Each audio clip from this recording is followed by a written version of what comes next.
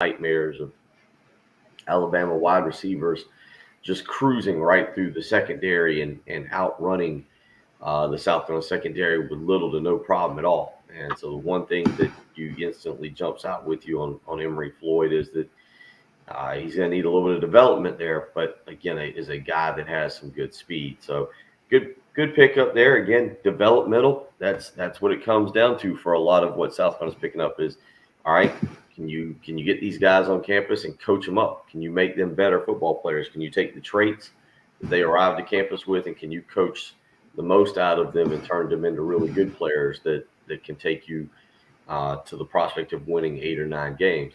Felix Hinton, bigger defensive tackle, 6'3", 285, 290, is a guy that I think drew some interest from some other programs, bigger programs, but didn't get the offers, ended up narrowing it down to Georgia Tech, Wisconsin, Virginia, amongst others, and ends up choosing the Gamecocks. Again, 6'3", 285 pounds.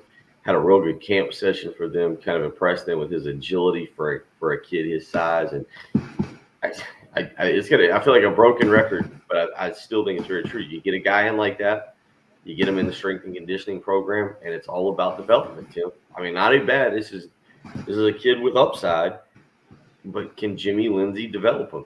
Brad Lawing was good at doing that. You get kids in, get a little bit of weight on them. Back then, Craig Fitzgerald was the strength and conditioning coach.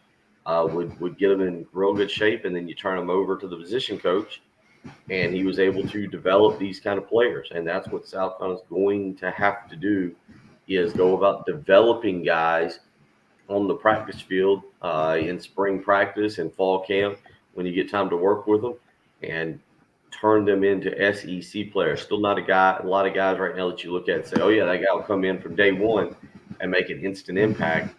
But it's going to be about getting them in, coaching them up, getting them in the strength and conditioning program, and turning them into a solid football player. But both are good pickups, just not guys that I look at and be like, oh, yeah, that guy steps on campus from day one and is ready to step into the lineup and change the fortunes of Gamecock football.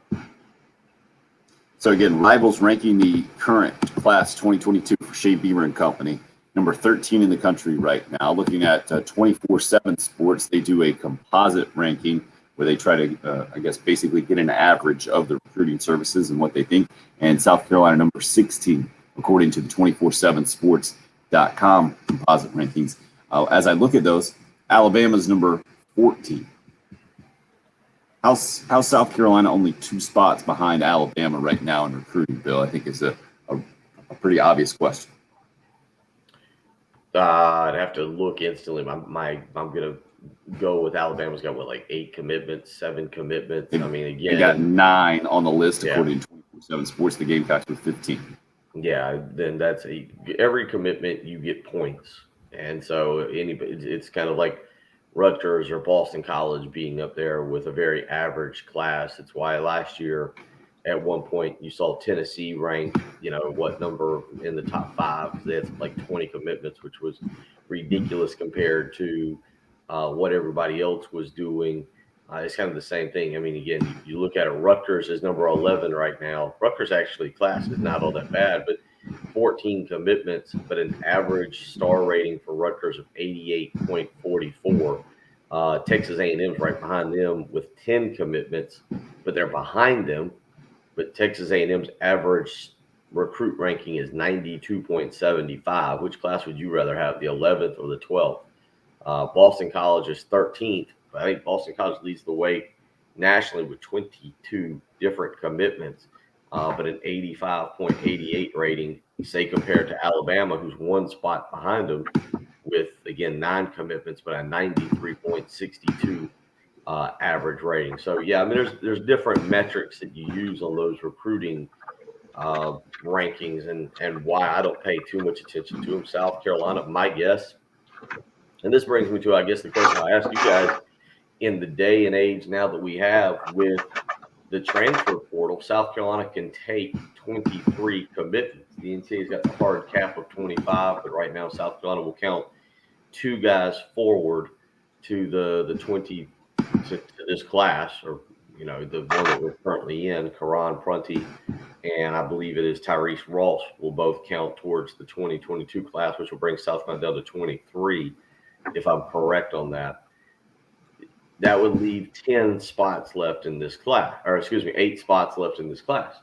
Do you take, say, 6 more commitments, go to 21, and then leave 2 spots open to take 2 transfers when the time comes? I mean, South Carolina didn't have this problem last year, and it looked like when Shane Beamer got here, it said, all right, we'll take a few high school kids, but we're going to end up taking Jordan Strawn. We're going to end up taking Amarion Brown. We're going to end up taking, I'm trying to think off the top of my head who else was EJ Jenkins and Jason Brown. They ended up taking a bunch of transfers to kind of fill out that particular recruiting class. So my guess is if South Carolina took 6 more, went to 21 commitments, left 2 spots open for two more transfers in the spring or in the winter after football season, you're going to see South Carolina with a top 25 class, but it's going to be closer to between 25 and 20, depending on who they land, which at that point you'll see Alabama obviously back up in the top 5. So there'll be a big difference when we get around toward the first signing day. So overall, we've seen a lot of South Carolina classes end up right in there, especially a lot from Will Muschamp. I think the highest rated one he had was number 18 in the country, something like that. It might depend on which service you're looking at exactly. But overall, at the end of the day, do you feel like this is a bit of a surprise run that we've seen here in a busy month of June and spilling over to the last few days of July? Is it something that Shane Beamer and company kind of had to do with the way things fell with the dead period, kind of hampering any kind of visits as they're coming in and being a new football staff and getting into the recruiting game at South Carolina differently than anybody else, or just coming to it from a new standpoint in that way?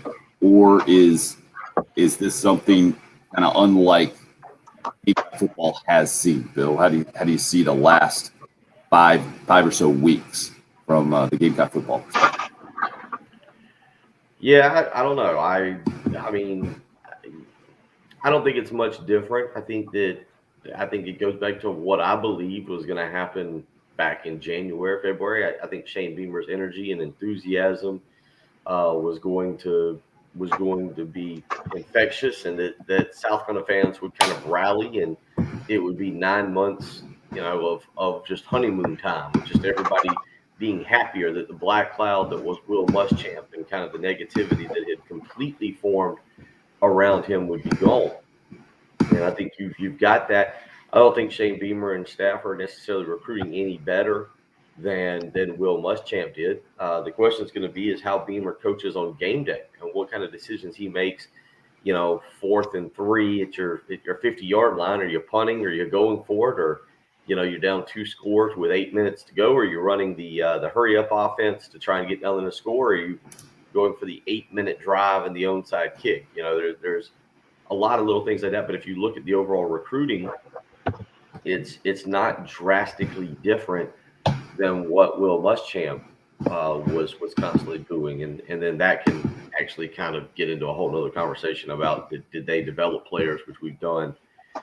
It feels like once a week for the last 5 or 6 weeks, but I don't know if there's a massive difference in how Muschamp was getting commitments and who he was getting commitments from and what Shane Beamer's doing. I just think that for a lot of fans, it's probably nice to have energy and excitement back in the program, within the program, when you get guys. If you think about it from that perspective, I think the past month or so has been one of the most positive months for Gamecock football in a while, for sure, when you think about the last couple of seasons with 8 losses in each, and the end of the Will Muschamp tenure, for sure. We'll continue to discuss a bunch this morning.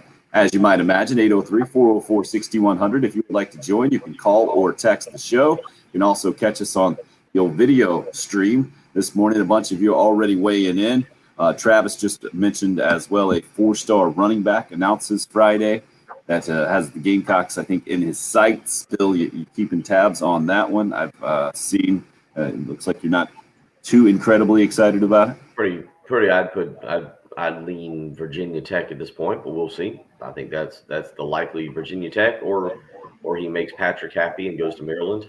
I think that would be the two that I would probably look at first and foremost. But you never know. You never know with these kids.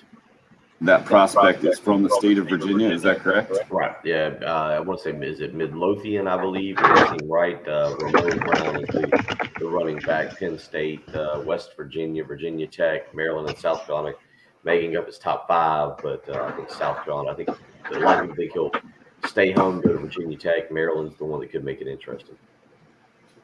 Chris hitting us up on Facebook live stream, as well as Trey, who's coming back from his trip in Austin, but has us on in the airport over there. Well done, Trey. Appreciate that. DC weighing in on the YouTube live stream, Carlton as well. He mentions that he's going to say his final goodbye to Del Wilkes today. We did our best to honor the memory of the Gamecock All-American and the wrestler known as the Patriot on Friday when we had the news that he passed away.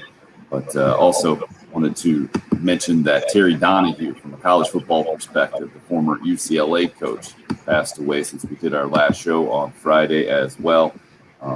Wanted to pass along that news, obviously, and the Columbia area certainly will be mourning and remembering Del Wilkes, one of the most notable Gamecock football players ever in his service today. Thanks for the heads up on that, Carlton. And Twitter as well. We're up and rolling this morning. The station handles at 1075 Game. Again, we got Patrick Perrette helping to fill in for Jen Jensen in the Herndon Chevrolet Studios at _Patrick Perrette, at Will Gunter with 1L, where you can find Bill on Twitter. I'm at Tim Hill 1075. Our favorite 86-year-old caller already fired up and waiting patiently on the Love Chevy phone lines. We'll hear from Gamecock Larry next, and who knows where the show will go this morning. Thanks for joining us. It's the early game. It's 1075 The Game.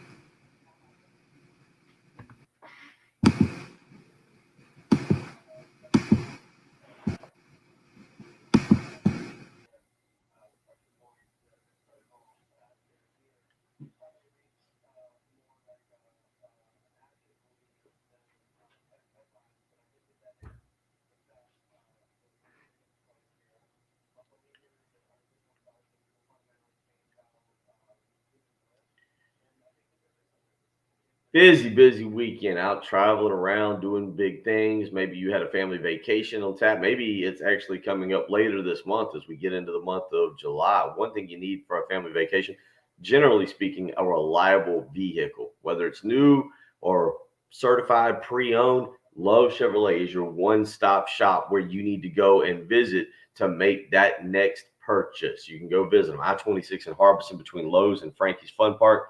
Why, you ask? What makes Love Chevrolet stand out? Well, multiple things. One, they did just win or recently won the 2020 Mark of Excellence Award, not just given to any dealership throughout the country, but given to one that stands out amongst the best for service, for quality, for knowledgeable sales staff.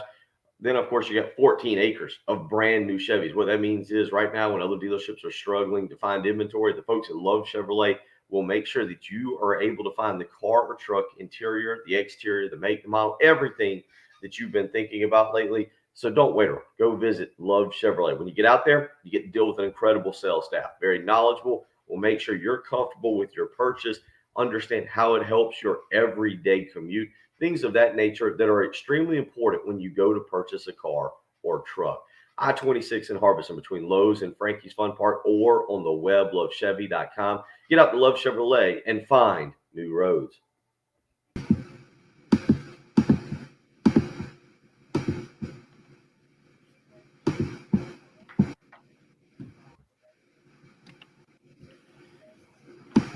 All right, get some coffee. Nice work. Noticed that, Travis. I was telling Bill his backdrop looks like it's a screensaver or a computer generated, but it's actually. But let's see when the sun comes up. There it comes. Let's see if you can see it. Yeah. What's up there? I think Patrick's working on any kind of technical issues we might be having. You think this is a satellite thing? No, because I mean it might be a transmitter thing. It's fine right now, but I guess it was just only us. The commercials are coming through fine. I don't know if that comes through a different thing. Right. No, it should be okay. So, Maybe it's better now. Chris, thanks for the heads up on that.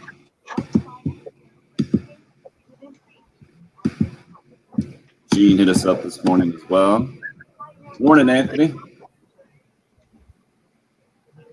Congratulations to your Pittsburgh Pirates yesterday. A rare moment of celebration from the old Bucks, waving the flag. The old Jolly Bucks. What a whip.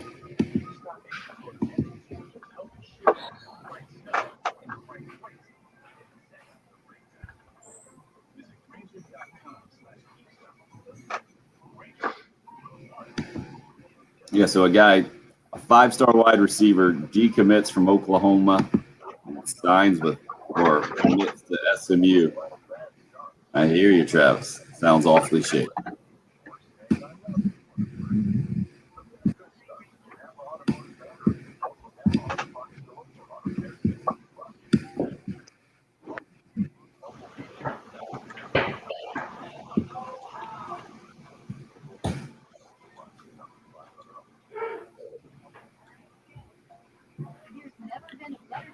I wonder if there's a way to play kind of with. Let's see.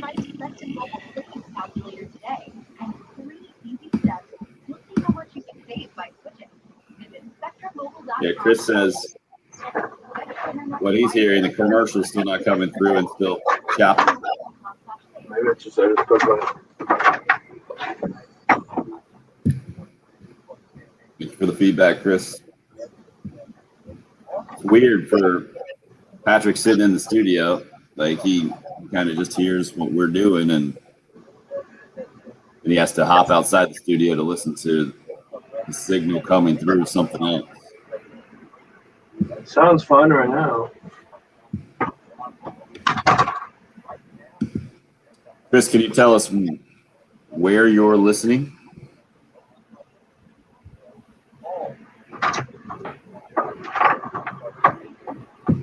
I mean, it was choppy when I went out initially to check.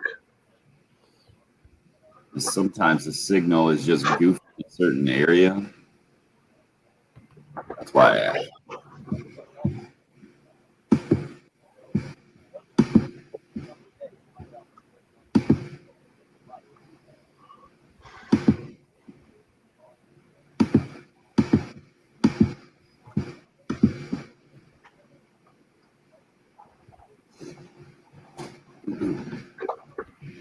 Working here now. Okay. Thanks, Chris.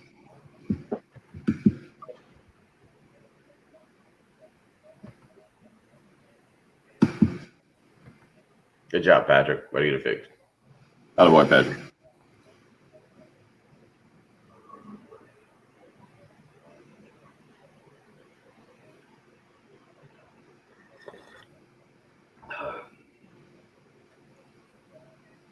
You got to hear that terrible story about the NHL goalie who died Yeah, I was Firework? reading about that, kind of like last night.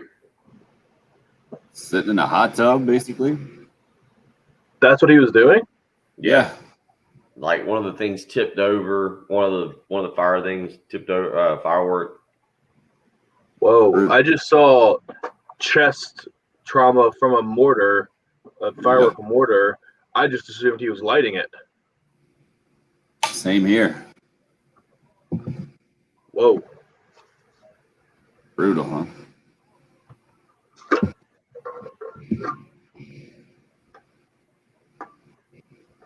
That is insane. I don't know what night light is on this. I was looking to see if I could change the lighting just so I may have to end up moving back around. Oh yeah, we got the golf tonight as well. Oh yeah. Yep. The Aaron Rodgers DeChambeau versus Brady and Mickelson. Ooh, that is All right. Okay.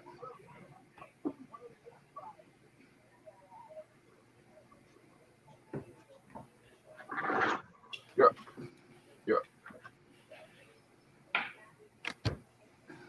Hope everyone enjoyed the birthday celebration for our country, 245 years.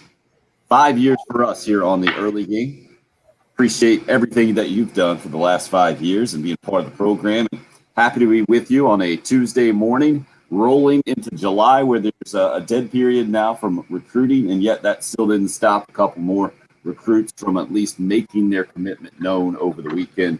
Emory Floyd, a defensive back from the state of Georgia, and Felix Hickson, defensive lineman from the state of Georgia, making it 15 commits now for Shane Beamer and company, and moving those recruiting rankings even farther up.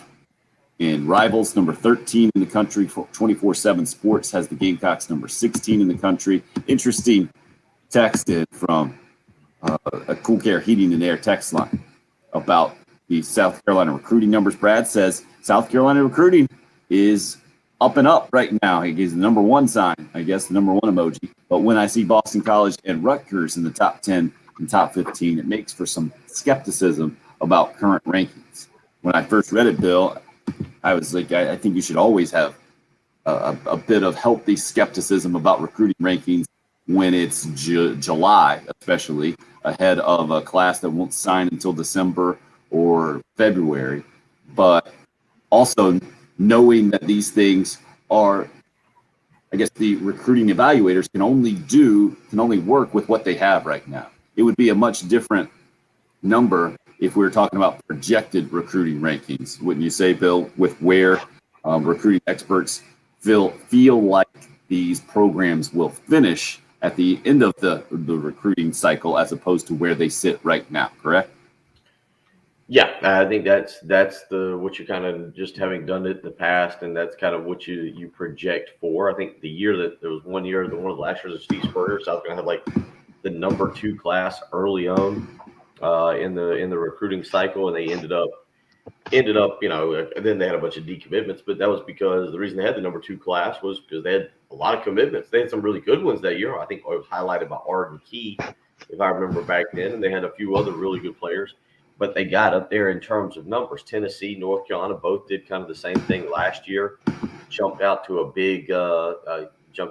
top 5 classes, but then as other schools started to fill up and catch up, that started to change and evolve. And I still would kind of project South Carolina when it's all said and done to be between 20 and 25. I think that's going to be kind of fair for where they end up, but we'll have to just wait and see. You never know. You land a few more bigger fish, or some guys get rated. That's the other part about it. You get guys who get rating bumps, or they get knocked down. I think Ryan Brubaker on Rivals got moved down a little bit. Had some guys passing. I think he had 1 or 2 guys ended up getting moved up a little bit. So that's also the thing. It's kind of like the stock market at times, where some of these recruits they end up getting moved up. I think, if you're Clemson right now, the quarterback that they've got committed was really good at the Elite 11 camp last week. I was reading that he might be in line to go get a 5th star. So that happens. His rating will move up. His rating moves up. Clemson will move up. So it's all a very fluid situation. I think it's something to get excited about. I think it's something to kind of talk about, but I also don't know if it's something you spend a ton of time like really focusing on, because it could be changed if ESPN or Rivals, somebody elects to go through some kind of ratings change, then it's going to completely change your potential recruiting position, and maybe go up a spot, down a spot, maybe you change up. Again, you're looking at the long term. I think you're always just kind of paying attention to it, but it is something that's fun to kind of get involved with during the dog days of summer when there's not a ton going on. Don't they get influenced by where a kid commits to? Like, if a kid is a 4-star, that 4-star quarterback from Clemson, if he had committed to South Carolina, do you think he would get his 5th star? Like, they have to be slightly influenced by that, right? If he's going to a school that only recruits 5 stars, then he's probably that good. Like, maybe our evaluation was wrong and Clemson's got it right. So, like, I would find it hard to believe that they're not getting slightly swayed by what schools are recruiting a kid. Yeah, when I did it, no, to some extent, because if you do that, that falls on you or your company. And if you miss on that kid where initially you had him as a lower rated prospect, and then you bumped him up, and you said, well, wait a minute, we labeled this kid a 5-star bust. Are there instances where it happens? Yes. I also don't think it happens quite as much as some people believe. I just, that there are. I think it's more of there are certain players that have a tendency that there are certain coaches, I should say, assistant coaches, that if they offer a kid, maybe a scout might be more willing to take their advice. It might not mean that they're going to get a ratings bump because they commit to a particular school. Cam Smith at South Carolina is one of those guys. Went to several camps, picked up several offers, and you saw his ratings rise. And obviously, he picked up. He went to South Carolina, I think he was a mid 4-star type prospect. I don't think he kept his 4-star status just because he was committed to South Carolina, but it was one of those things where he picked up some offers from some good evaluators. People also saw him at camps. So I don't know if it's as consistent as what you're saying about just because a kid commits to Georgia or Clemson or Alabama, they get some kind of big boost in the ratings. It's interesting to evaluate this from the South Carolina perspective right now in multiple ways. First of all, I think a lot of Gamecock fans are simply skewed from recruiting rankings because of the solid classes that Will Muschamp brought in consistently. And Bill, you've said it multiple times, and we do need to be very careful not to oversimplify or kind of have a revisionist history about the job that Will Muschamp and company did on the recruiting trail. By and large, it's pretty good from a recruiting rankings perspective and nationally evaluated perspective. It typically sat somewhere in the top 25. And when compared to the other SEC programs, I think the highest finish was 7th, though. And that's part of the conundrum of coaching at Carolina football. So just had a comment in on the Cool Care Heating and Air text line from Todd. He's an Alabama fan. He says, "Morning, guys. I agree with Bill. The recruiting numbers in the rankings right now don't mean anything because we all know when it all shakes out, the Kings of college football, the greatest dynasty ever, will end up on top as always. Roll Tide." Well, it's not exactly accurate when it comes to South Carolina football, Todd, because we know it's apples and oranges right now comparing the Gamecocks and Alabama, even Carolina and Clemson. It's just different. Programs are in different spots. Who I'm comparing South Carolina and what they're doing in recruiting right now is to, I think, two very accurate SEC comparisons right now in first-year coaching staffs in what Josh Heupel and Tennessee are doing and what Brian Harsin and Auburn are doing. Throw Clark Lee and Vanderbilt out, right? That job is nearly impossible. That's not who South Carolina is competing against. I think they are very much competing against Tennessee right now. Throw Missouri, throw who else in the Kentucky. SEC East for that number 3 spot that is very much wide open. I think most of us believe right now, and I guess you'd have to give Kentucky kind of the inside track in the job and the consistency that they've had here recently. But again, what Mark Stoops is 1 game under 500. I think he's 10. Let's not overstate the job he's done there and pretend that Kentucky is some kind of juggernaut. But when I look at the national recruiting rankings right now for Tennessee, they sit at number 45 with 8 commits. When I look at Auburn, I got to scroll way down here on 247sports.com. This is the composite. They're at number 79 with 3 commits. So what this movement does, it tells me that Shane Beamer and his first-year staff that came in with really a lot of question marks from a national perspective, I think, as far as a proven track record of being able to recruit at an SEC level, as opposed to Will Muschamp, who had a lot of guys who had already proven it at that level, and now we call them retreads. At the time, we called them experienced assistant coaches when they were hired. Now they're called retreads, and they weren't able to differentiate the program and the whole thing. Again, a bit of revisionist history. But compared to those other first-year staffs right now, Shane Beamer's staff clearly had a plan and clearly are connecting with recruits. Their message is landing. That's what it's telling me right now, Bill. What it means in the big picture, who knows? I'm not saying it means much of anything when it comes to winning games in the future or even laying a solid foundation. We don't know if these kids can play. There are a lot of 3-star recruits in this class, and who knows if they will be developed or they will end up using the opportunity of that one-time transfer now and they don't work out. But we do know, as we sit here today, that the ability for Shane Beamer to bring guys on campus and then get them to commit to the Carolina football program is pretty impressive. That's what I've seen here in the last month. That's my big takeaway. Am I missing the mark at all there? I don't think you're missing the mark, but again, I think it's easy to get. I don't think that there's a drastic difference between what Beamer was doing and what Will Muschamp was doing. Muschamp did a good job with. I don't think anything was wrong with Muschamp's recruiting. It was game day coaching. We talked about that. I think that the cupboard. I think the cupboard isn't bare for South Carolina, but you got to still have to continue to recruit at a somewhat of a level.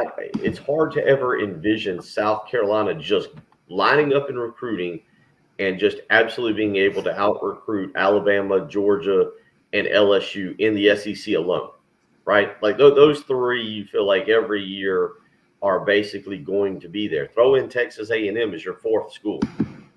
That's usually four teams who are going to instantly out-recruit South Carolina without really blinking. The state of Texas makes it easier for Texas. Alabama is who Alabama is, Georgia and their state, and then they can go nationally and recruit.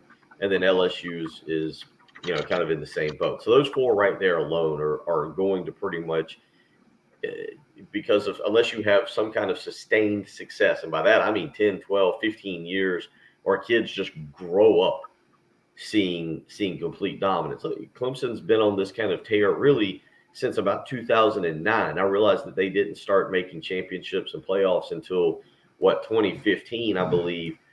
But you've got a whole generation of kids who saw C.J. Spiller, saw Sammy Watkins, saw Deshaun Watson, saw these big time prospects go there, and it's kind of ingrained. Can South Carolina get up there at some point? Yeah, but it's a 10 to 12 year, 15 year type like staying in and consistently doing it. But I don't know if I necessarily think what Will Muschamp or what Shane Beamer's doing is anything different. The question will be, can you coach them up and develop them? Can you make good decisions on game day? How do you fare? And you make up a good question. Missouri right now is 15th nationally in recruiting. They're one spot ahead of South Carolina, according to 24/7 Sports. They have 4 less commitments, but they have 6 4-star guys. They have an average rating of 90.28. I think Eli Drinkwitz is doing a pretty good job there. You mentioned Kentucky. Kentucky right now 11 commitments, same kind of area. 4 4-stars. They've got an average of 88.46, which again is just slightly. I think that's right at like a point ahead of South Carolina when you talk about average. South Carolina's at 87.6. Kentucky's at 88.46, and so you're talking about really very, very similar classes there between the Gamecocks and the Wildcats that they currently have. And again, coaching. So coaching. You've got to. Jimmy Lindsey's got to be able to develop Felix Hinton. Justin Stepp's got to be able to develop Landon Sampson and Kyla Horton. Can Marcus Satterfield get the most out of Braden Davis? Greg Atkins on the offensive line with Kason Henry and Grayson Maines and Ryan Brubaker. Who are you developing when you get them on campus to make you a better football team? That'll be the big question for me. That's one thing with this particular football team. We're going to learn right off the bat.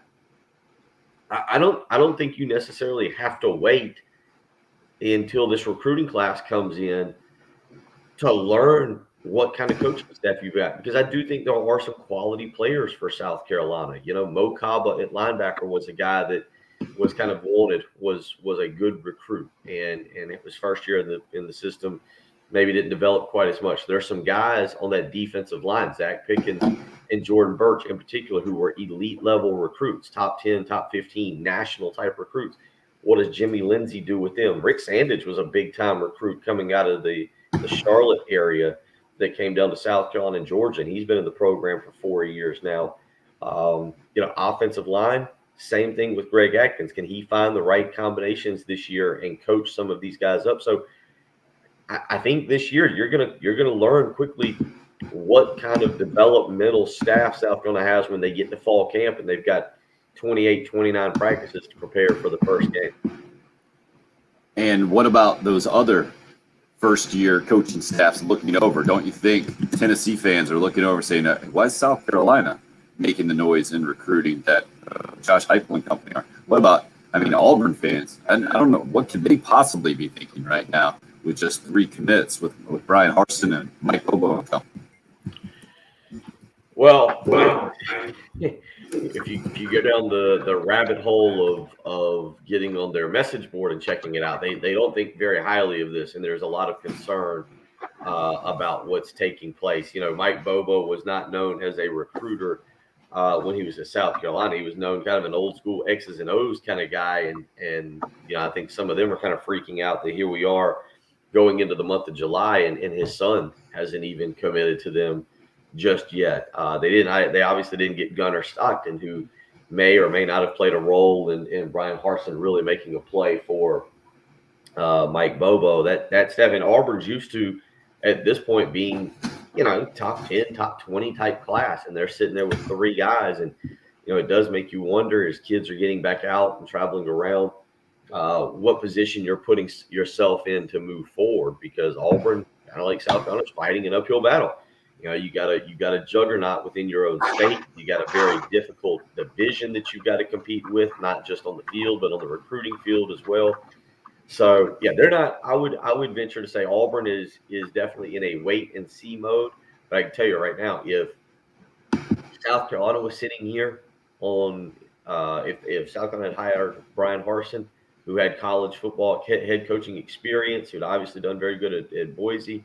If South Carolina was sitting here on July 6th with 3 commitments, the tone, the attitude, and some of what I will assume to be the text messages and live stream comments would be far different than I think you're seeing across the board from the Gamecock fans right now. Completely agree. And 803-404-6100 is the number to hit us up with that. We are going to get to our favorite 86-year-old caller when we come right back, finish the first hour strong on the Love Chevy phone lines. You're listening to the early game here on 107.5 The Game. Are you Daniels?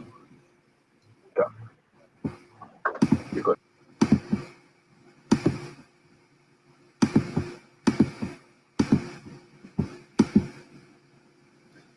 Guys, want to tell you about Daniels Fine Furniture and Bedding. If you've never heard of Daniels or been, you need to get out to the back of the airport there. Just was out there the other day and was really impressed when I walked in the door to Daniels Fine Furniture and Bedding. Just the feel. I'm a feel guy when it comes to that. I'm a feel putter when I play golf. Sometimes that doesn't work out well. But I'm also a feel guy when it comes to making big decisions. And buying furniture in my life is a big decision.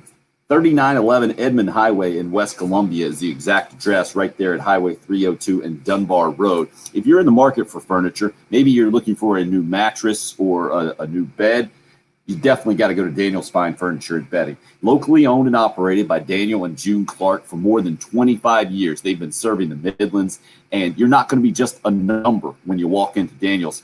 You're going to be a part of their family. That's how they treat you. They're going to match any best offer that you can find in the area, and they pride themselves on the 3 B's: best furniture, best service, and best price. Go see Daniel, John over there, Harry, whoever you deal with at Daniel's Fine Furniture and Bedding. They're going to hook you up, and they want to make sure, especially if you're in the market for motion furniture like a recliner, a reclining sofa, check out their leather gallery with love seats. It's really impressive stuff. I can't recommend them enough. Again, it's the back of the airport out at 3911 Edmond Highway in West Columbia. It's Daniel's Fine Furniture and Bedding.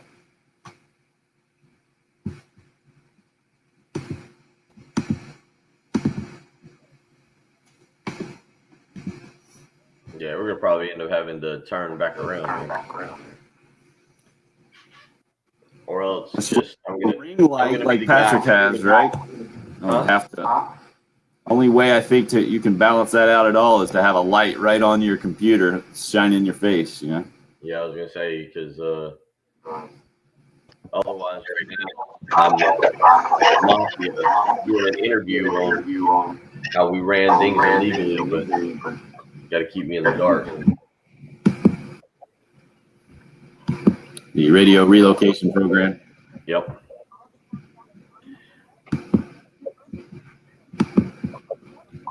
I mean, the other option. Travis, we got to get Larry warmed up.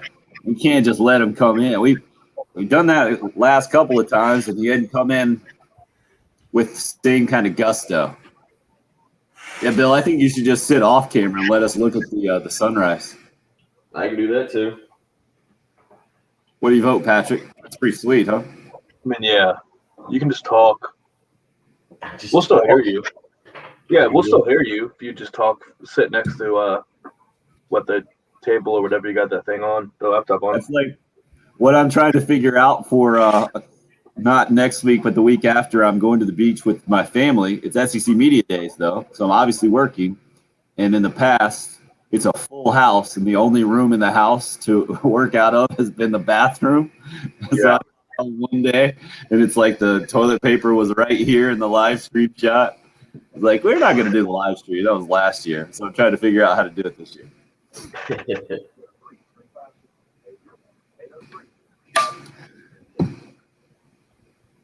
Trust me, Anthony. If it was up to me, I would gladly just leave the view up and go back and go to bed. That's the one thing I hate about taking one day off. You sleep, you sleep in for 3 days, and then it's like trying to get back up after you take one day out of rhythm, and you're like, oh. Yeah. I went to bed at 8:30. Nice, Patrick. You get 8 hours in? Yeah, pretty much. Attaboy. I woke up at 4. Yeah, I tried to watch, Bill, the hockey, and I saw it in the regulation. With like 2.5 minutes to go. I think the Lightning dinged one off the post. Yeah, the second time in the good game. I was like, there's no way I'm watching overtime here. Not worth it. It was actually How long did overtime go? I think about 4 or 5 minutes. Oh, that's a good overtime. They fought through the double minor penalty power kill. They had 3 minutes of that, and then they got into overtime and were able to find a way to get it done. I'll be in Tampa on Saturday and Sunday, so I'm wondering what I want from this series. Like, I would love for it to go longer and for there to be a Game 7 on Sunday while I'm there, which would be amazing. But if they go ahead and wrap it up tomorrow, would the parade be this weekend? Celebration. Probably. Right. And what was the deal there? Like 3,500 people at the game, and like 16,000 in Tampa watching it in their empty stadium. Yeah. Well, they had a bunch of people. They had a bunch of people outside the arena in Montreal. And it's the most famous hockey team in Canada. Like, just no big game atmosphere there, even though it's such a big deal to them, and it's a shame. Gonna go straight to Gamecock Larry here. All right.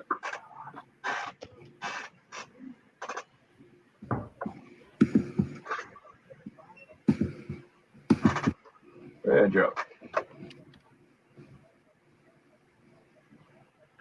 We have deemed it an officially appropriate warm-up period now to get our favorite 86-year-old caller, Gamecock, on the horn with us. Larry, how you doing this morning, sir? Doing just fine. Tim, you got to give me more than just a minute or 2 minutes to talk. I got a lot I want to talk about. So tomorrow, Wednesday, I'm on the call, and give me a little bit more time. But I've been trying to call the Legion of Doom since Thursday. All of them. Nobody answered my call.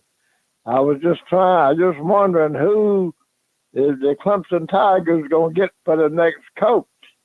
Dabo Swinney made a statement on this NIL. When they paid the college players, he would leave college football. Now he's gonna have to eat crow or move on.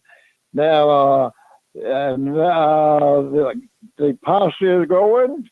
I added 2 more out there Thursday, Dr. Glover and Nurse Pam. And now I got a question for Bill. Bill, let's say on this transfer portal and the NIL, if we have a running back for the first 5 games in the FCC that is averaging 140, 150 yards a game, and there was a big auto dealer down in, let's say Auburn, say we will pay you more money than what you get in there at Carolina. Could that running back go in the transfer portal today and play for Auburn the next game? Could they do that? That's what I was wondering. Yeah. No. You'd have to still wait out the rest of the year, but he'd be eligible to play, obviously, next year. So maybe he'd finish the season out 30. That is something that people have wondered about. If something like that happens, what happens next? Okay, 58. I got 58 days for kickoff. I may be off 1 or 2, but I tell you what, 15. 4th of July is come and gone. Baseball season's gone. 10. Basketball season's gone. I don't pay any attention to 5. NBA. Football season, 58 days. Attaboy, Gamecock Larry. Hour 2 coming up. To 107.5 The Game, WNK FM, Eastover, Columbia. Oh, he almost nailed it. No, he didn't. I mean, it looked like he was gonna round things out, but then he just rev the engines again for another lap. So close. So close.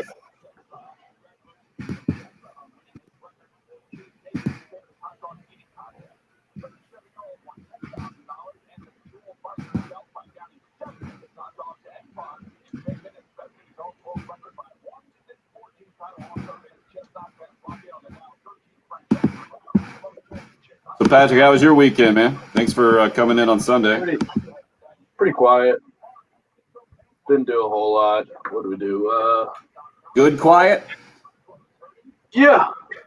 I mean, there wasn't really much going on here. We did not want to go to the lake or anything like that, but there were all sorts of people doing fireworks in my neighborhood. So, I mean, we just grabbed beers and walked around the neighborhood, and down every street corner, every 5 minutes, someone was doing fireworks. So we pretty much got a free fireworks show just for wandering around. Nothing wrong with that. They were going until 3 a.m. though, I think is when I was still hearing fireworks on Sunday night. Wow, that's crazy. And I'm sure people were calling the police about it because there were cops driving around the neighborhood all night. I could see the super bright lights through my window. And they were just trying to catch someone in the act. And then there were a million bottle rockets strewn all over my yard the next morning as well.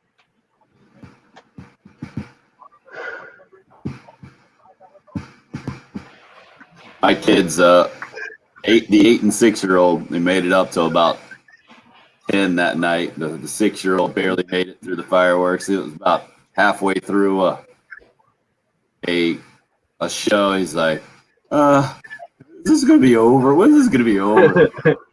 Well, some of them are very long. Yeah. Fireworks are awesome. That long. But that's the tough. It's tough. That's a tough balance, right? Because you got to make it worth people's while for traveling to come see this thing. And then you also got to keep their attention these days. Tough. Yeah. Honestly, who needs a 30-minute fireworks show? The one Ocean City, Maryland did one of those deals where they accidentally set everything off at once. Oh, yeah? Oh, wow. 12 minutes is what I'm looking for as the ideal length of a fireworks show. Yeah, the one on Lake Murray's worth it. I mean, it's a good. Did you catch it this year, Bill? Yep. How long would you say it lasted? 20 to 30 minutes. I like a nice 10 to 15-minute show where you're just shooting off a lot at once. That's ideal. I'm trying to think just by songs. It might have been 25 minutes. That seems about right. That'd be roughly 5 or 6 songs somewhere in there. Have you guys seen? We were just looking at YouTube videos of fireworks, so I was trying to show a video of the drones going through fireworks, which is amazing to see. But I typed that into the YouTube, and there's now like drone shows where Intel had like thousands of drones in the sky lighting up in different colors and like making shapes and doing a full on like display. And somewhere in China, they had all these thousands of drones like synced up somehow. It was almost like when you look at like a marching band rolling around and making different shapes while they play their show at halftime, but they had all the drones like flying up and they made a dragon and then they were like making the dragon move, and it was amazing. I think that's going to be the new thing. Fireworks are not going to exist much longer. Wow. Oh, I think fireworks will still exist. It'll just be kind of like the old-fashioned one, right? Probably, but there's a lot of people that are anti-firework, I get it. and it's just a brutal night for the fire department. Right. What? Who did I see? Somebody on social media. I forget who it was. Like, not to be anti-American, but I'm okay with the entire country not having access to full fireworks. Yeah. I forget how they put it. I've also realized, like, way more as I've gotten older, a lot of dogs are very freaked out by fireworks Oh, and do yeah. not do well at all. Because we were with some people on Sunday night, and they said, yeah, I got to go home at dark because I got to be with my dog when fireworks start going off because she's not going to be okay. So I walked up the road with my neighbor for our little local fireworks show, and at the end of it, I see him talking into a monitor. And I got my 1-year-old back at the house with my wife. I'm like, well, he doesn't have a baby or anything. Being around babies recently, like that's what people do sometimes. They talk into their monitors. So like, I guess his dog got freaked out in the grand finale. He was talking to his dog through his monitor. Yeah. Crazy to me.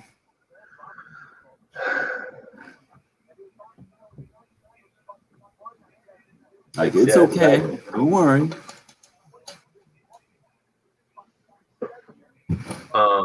Yeah, I think my girlfriend's roommate's dog poops in the house when it gets scared. Ooh, that's not good. So we were not there. We made sure we were not going to be anywhere near there when fireworks were going off. Good call. Wait, you weren't going to be at the house with the dog? It's not her dog. Can you just put the dog in the bathroom or like? It's not her dog. We didn't want to be there at all. Her roommate's dog. Yeah. Oh, No, we were walking around with her dog and didn't have a problem. It just thought it would be more impressed.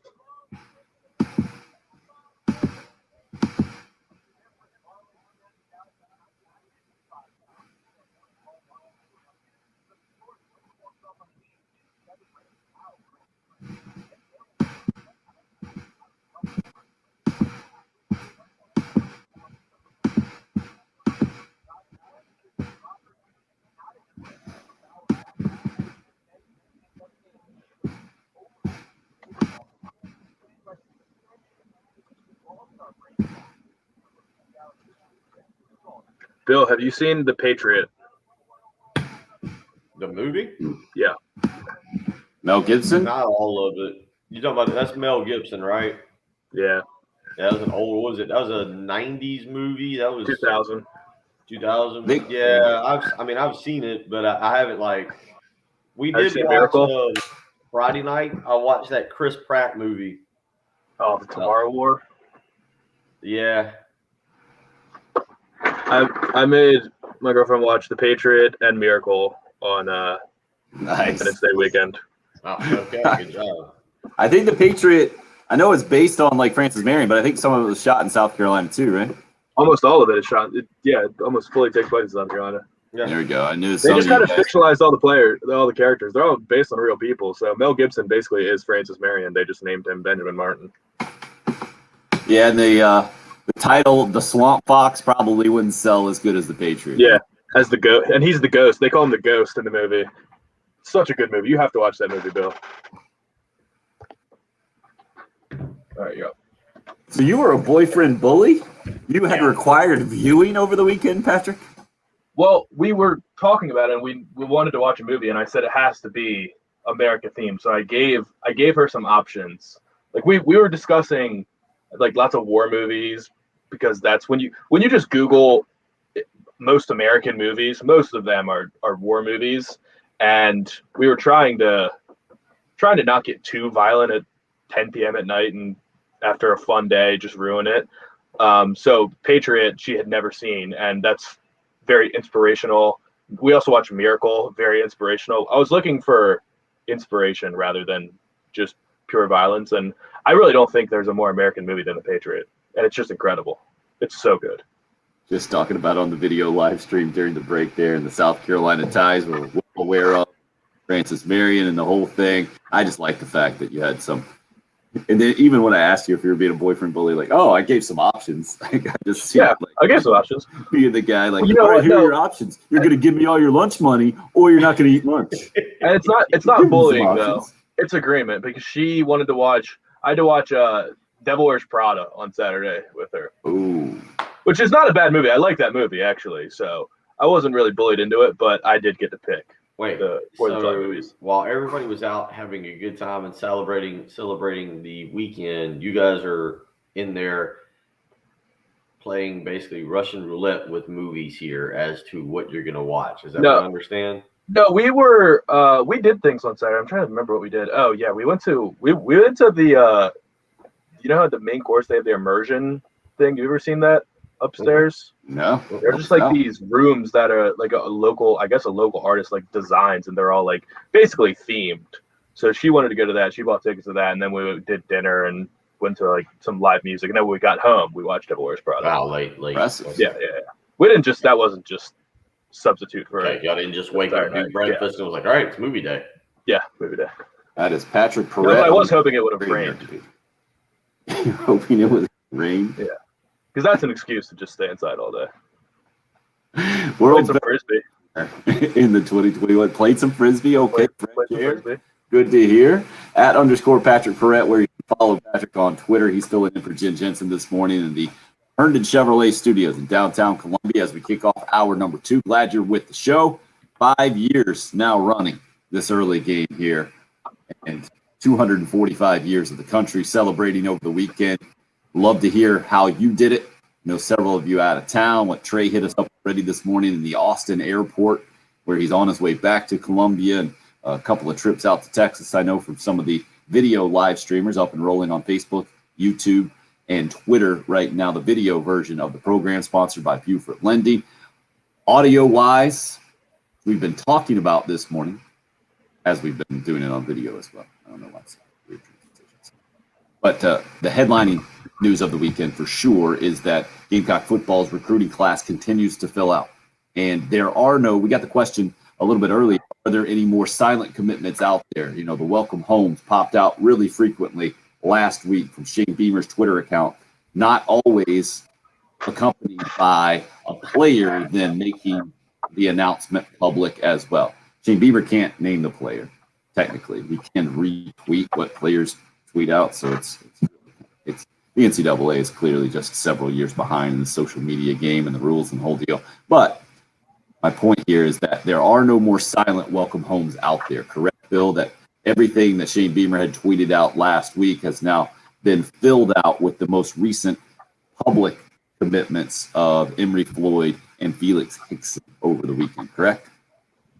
You're right. No more silent commitments that at least Shane Beamer has put out publicly. So no more welcome homes to look forward to right now. And again, it'll be a dead period. You get Eric Kimry trying to finish up the honeydew list. I think Justin Stepp was taking some beach vacation time. I think some of the other coaches kind of getting a chance to catch their breath because I assume, starting maybe the end of this week, whatever, they'll come back in the office. And, the one thing that Will Muschamp did, whether it was it paralysis by analysis, is that the correct way of saying it? Where he would have basically go through and start like watching every game of the teams they played in the offseason. Do you ever remember him talking about that? Sure. So I would imagine now for the next few days, you're trying to do some stuff in recruiting, but again, you got a dead period that's going to take place here for about the next 2.5 weeks. And then you'll have kind of a series of cookouts. I believe the dead period ends on July 23rd, I believe, because I think Clemson's all-in cookout is July 24th, if I'm thinking correctly. That could be Could be wrong on that, but I believe that's when it is. The first Saturday, everything's open. South Carolina's will be on July 31st. Their little recruiting cookout. Again, weird thing, Tim. We hadn't brought it up, but what is it? It just kind of changed my mind. Is it 2 weeks from today? It's 2 weeks from yesterday. Today's Tuesday. 2 weeks from yesterday. 2 weeks from yesterday is when Shane Beamer will speak at SEC Media Day, and we'll hit the kind of the fast forward button. You'll get that, and we'll find out when players will return to fall camp. I'm assuming that we're going to get some open practices to start the Beamer era. They'll have to kind of figure out the ins and outs, because it's not like it was the old proving grounds, but being able to get players and coaches on the field, but also having fans there to be able to watch and observe and hang around. And from what I can understand, it'll probably be the first 4 or 5 days when they're just out there. Obviously, the first 2 days in helmets. The next 2 days are in the shells, kind of the shoulder pads and helmets. So you get about 4 or 5 practices you'll be able to watch, maybe a scrimmage in the stadium at some point. But, you imagine the coaches come back here in a few days, and it starts more prep for the actual season, getting ready for Eastern Illinois, putting together practice schedules for the month of August when fall camp will get going, because August 6th, Tim, I think you would agree with me here, a month from today, as we will sit here, as I try and look at the calendar real quick, I'm going to assume, that's a Friday. August 6th is a Friday. I'm going to assume on August the 6th, there'll be 2 or 3 practices in. Yeah, I think it's right around there. It might be practice number 1 that day or day number 2, somewhere in there, I think is how the calendar is going to fall. But as you were talking about that, it reminded me of last night real quick in the Stanley Cup playoffs. They were playing game number 4 in Montreal, where there is very limited attendance with 3,500. And down in Tampa, the Lightning fans had gathered in their arena, and there were 16,000 people. So when you first started talking about getting people to watch practice, and well, maybe they'll be on their practice field and they'll let fans come in Williams-Brice and they'll just live stream it over there. And they're like, well, that's pretty dumb. They just bring the players actually in Williams-Brice, and they can probably do it that way. But as we were talking during the national break as well, in the video live, Patrick was talking about drones, and drone shows now going to be a thing as opposed to fireworks shows, and how fireworks might be old-fashioned in no time. So as I sit here on July 6th, 2021, I am open to things being done differently, especially with a new coaching staff for Gamecock football. And Bill, that's where we are in our discussion. With, just to be very clear, there are now 15 verbal commitments in the class of 2022 for Shane Beamer and company. And Carolina is ranked all the way up to number 13 in the country in Rivals. When it comes to 24/7 Sports composite recruiting rankings, they're number 16. So very highly thought of right now in the country. But what does it mean? What does it mean in the SEC? What does it mean for Shane Beamer and his first year, heading into his first year as a head coach? What does it mean for Gamecock fans right now? We'd love to hear from you at 803-404-6100. You can call or text. Just getting started here in hour number 2. It's the early game. It's 107.5 The Game.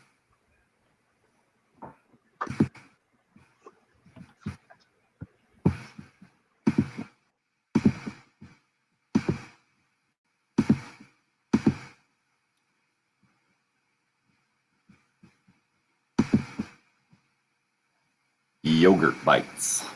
Let me repeat that one more time for those of you who are uninitiated right now, and I envy you. Yogurt bites. I don't really know what they are. All I know is my 1-year-old loves them. And then I also know that they end up on my floor and they end up being a yogurt mess. I mention this simply right now to encourage you. Go to ZeroResColumbia.com if you'd like to get your house looking its best. Give them a call at 803-262-4020, because I need all the help I can get right now around my house with an 8-year-old, a 6-year-old, and a 1-year-old boy. They're tearing things up. After the 4th of July, especially, we had the late night. They're out of the routine.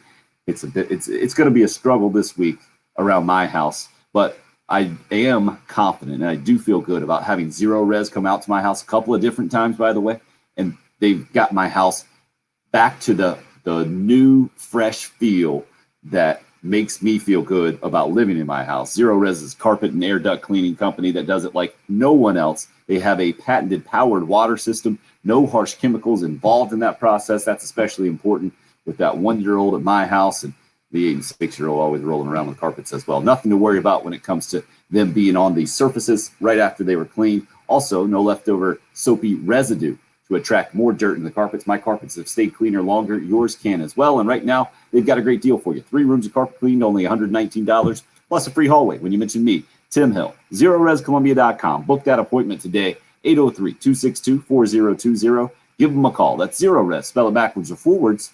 It's the right way to clean.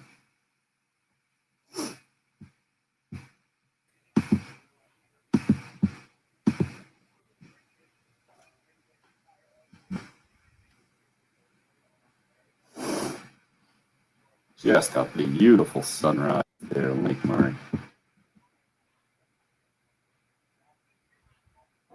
We should somehow get that on a video loop and run it in December when we're struggling for daylight at all during the show.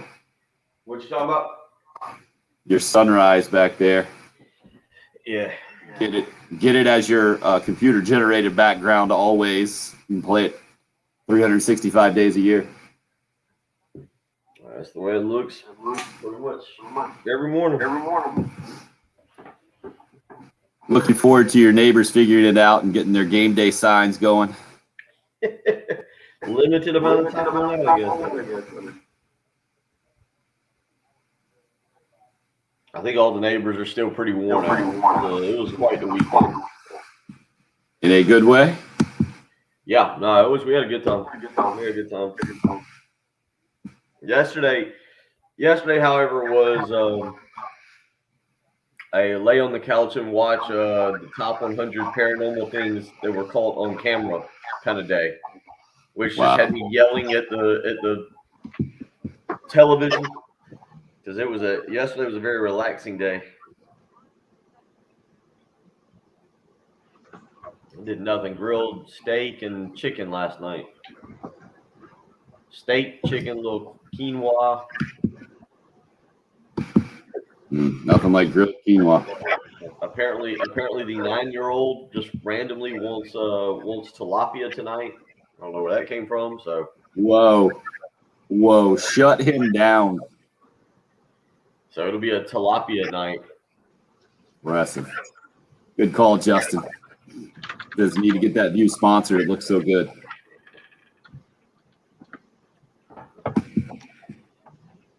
Yeah, Start. I redid this little area, and because I'm further back in the corner over there, and so I moved the table. You got to get a Lake Murray specific company to sponsor your shot. Patrick, you can get somebody working on the heating and air in the studio. I'll try to get a garage door company, my garage spot. I don't think closing this little sheer, this little see-through, it helps for people not being able to see in. Yeah, that offers nothing. How does that help for anything? It keeps people from being able to like look in. What, it's like darker on the other side? Yeah. Right. Yeah. They do that for the big time sets too. They always have something like that. It helps with the glare or something as well, or helps control the lighting coming in. Yeah. Yeah, it probably keeps the lights that are inside. You know, if Bill had a light like on his computer shining at him, it probably keeps that in. Yeah. But it goes out. I've got one at the office. I guess I can bring in. It's a big one though. We might toy with that. I like the FBI relocation program you got going. I actually do too. Now, when certain things happen, people can't see my facial reaction.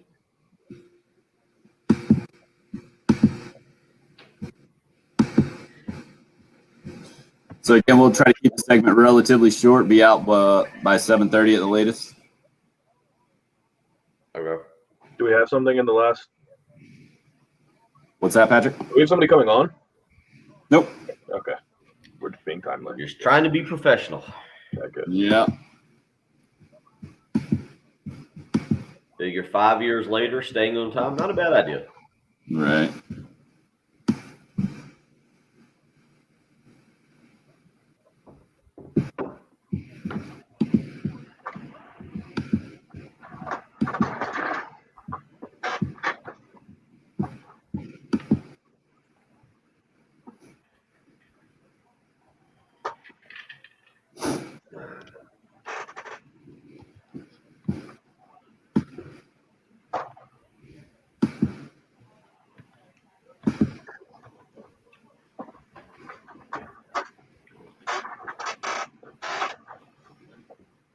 Yeah.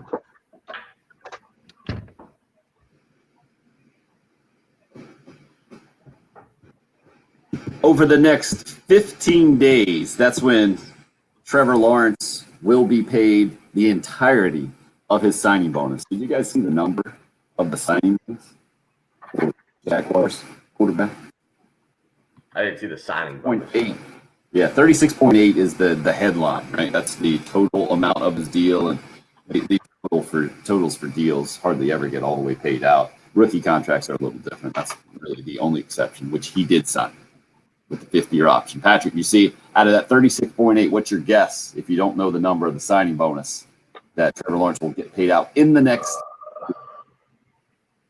I would guess like a little over half, like maybe 20. 24.1. Wow. 2/3 of his. Exactly Gotcha. 2/3 of his deal, or really close to 2/3 of his deal. Can you imagine that? You go from college student and student athlete, even. Good deals, right? Good deals these days. Meals are paid for, room and board paid for, your school's paid for. You get some per diem going on road trips and the whole thing. It's a much better deal than it used to be. But $24 million coming at you before you play your first NFL game here in the next 2 weeks. Mind-boggling. I bring that up simply because we got, I'd say, a typical text in from our buddy at Clemson fan Jim over in Carolina Beach. Been talking a lot about the Gamecock recruiting class this morning. Up to number 13 in the Rivals rankings, number 16 in the 24/7 Sports Composite ranking. It might be a better overall look at recruiting rankings at this point. 2 more over the weekend, making their verbal commitment public in a defensive back in the state of Georgia. And Emory Floyd is a 4-star guy thought of, and then a defensive lineman out of the state of Georgia thought to be a 3-star guy, Felix Hickson. So 15 total verbal commitments out there now for Shane Beamer. Has those recruiting rankings really, just shot up from where they were a month ago. It was a massively busy month. And I don't think there's a program in the country that has made more movement in recruiting in the last month. Shane Beamer and company told us it was coming to a certain degree. To me, what I take out of this month, maybe more than anything, is that we're not going to get empty words or hot air out of Shane Beamer and company, that he kind of saw this coming and they followed through with it. Now, there's a lot to be finished up from here. There's a long way to go from here in a lot of different ways. First of all, we don't know if these kids can play. And no one knows. You can listen to your recruiting experts all you want to and the whole thing. But the honest truth is, it's a bit of a crapshoot, right? There are maybe a handful, maybe a dozen, maybe you want to go 2 dozen guys, Bill. You're much more schooled in this, in having been a recruiting guy in your former life and before the last illustrious 5 years on radio here on this program. But I know it's been a little while since you were in the recruiting game, but there are some guys that are just can't miss prospects. But mostly when it comes, and I'm talking about across the board, projecting from high school to college, there are so many variables. It is a very difficult game. So I always equate it to weather forecasting, right? And who hit us up a little bit earlier? It was our buddy Carlton says, anybody ready for Tropical Storm Elsa? It's kind of the same thing, right? You can see numbers, you get a bunch of data, and you see some trends, and you see low pressure developing over here, and Same thing with recruiting tape, right? You see guys that perform really well in a good high school program and have the measurables and the whole thing, and you can predict that they're going to be really good. Sometimes it works out, sometimes it doesn't. Sometimes you get a tropical storm that turns into a hurricane. Most of the times you don't. But I bring all this up to say what I'm taking out of Shane Beamer and company here in the last month is that this coaching staff can connect to prospects. And they're doing it right now without much to fall back on from a proven standpoint, certainly at South Carolina. But even with a first-year head coach, Shane Beamer is clearly selling a vision to recruits. Now, Bill, I think from the hard-nosed recruiting nerd standpoint, you would go, well, a lot of these guys aren't getting the big-time offers, possibly, that Alabama or Clemson or Georgia.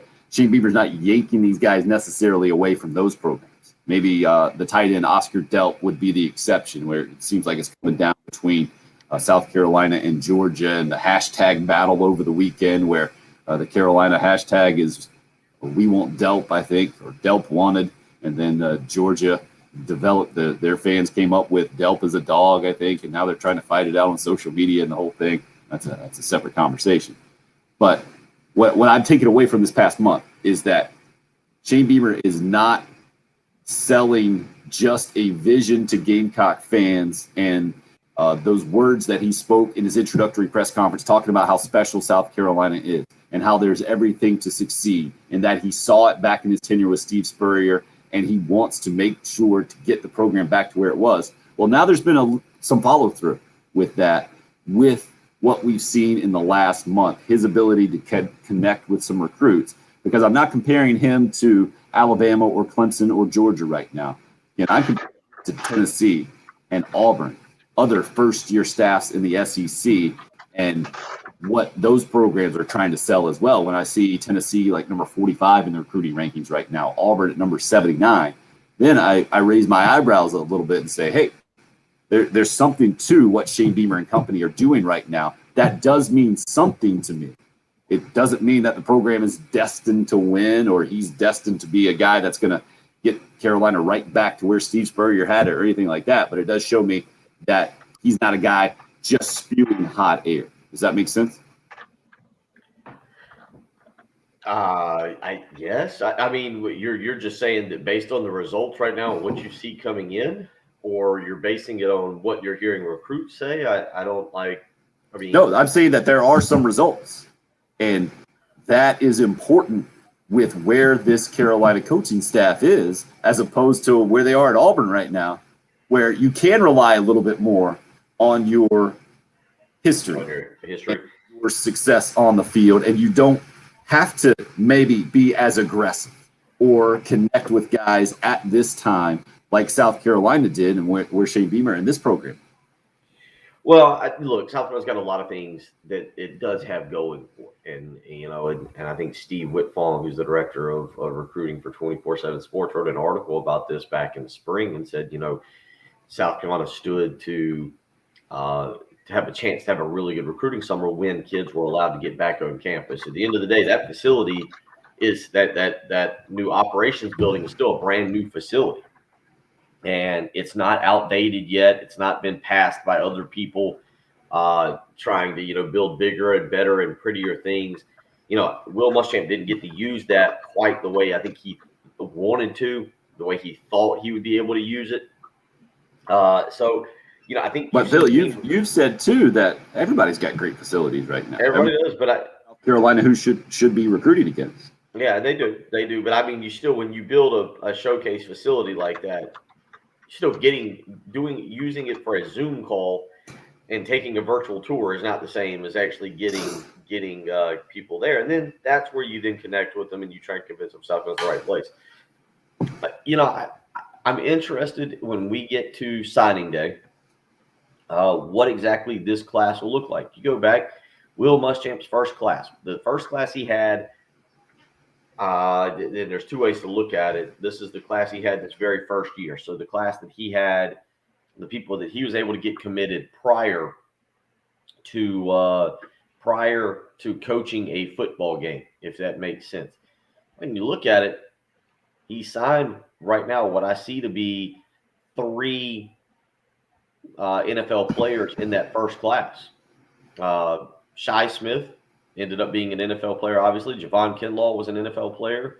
And then you had Keyshawn Nixon, who was going on to have a career with the Raiders.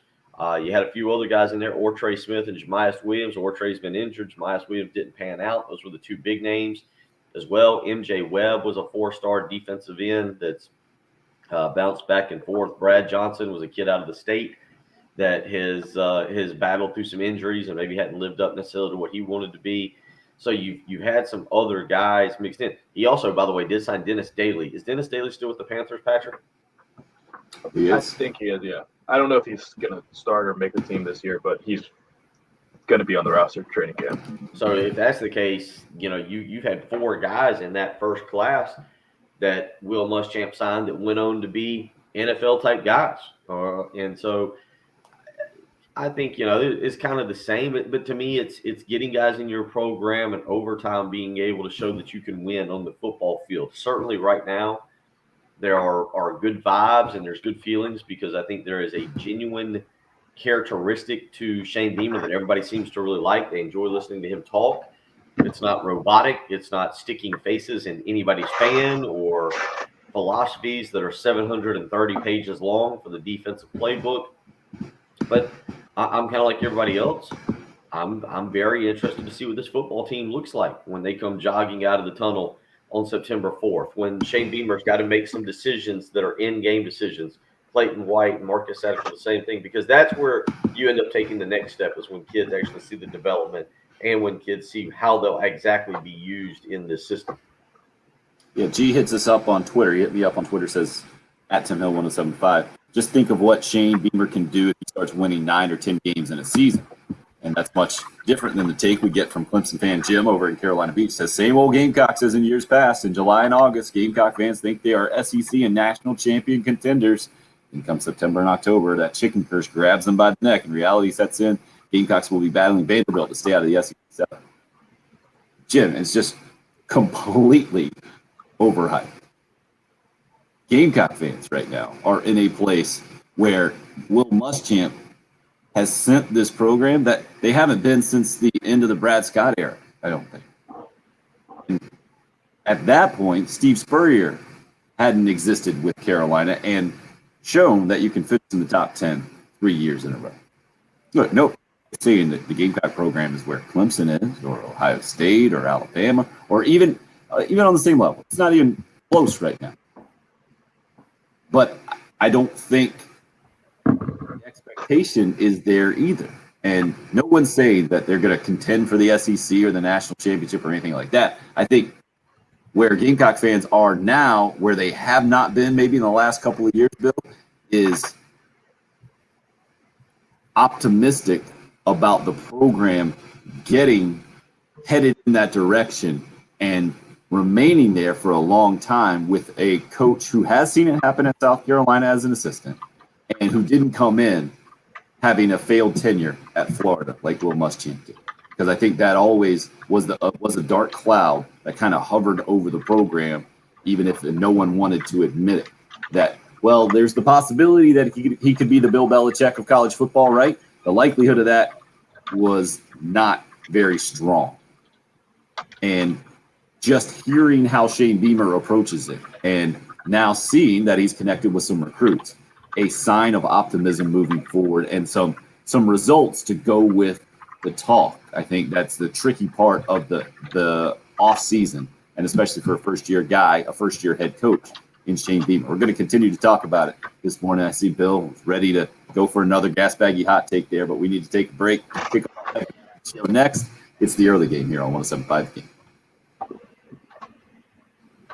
Clear. All right, Crowder here.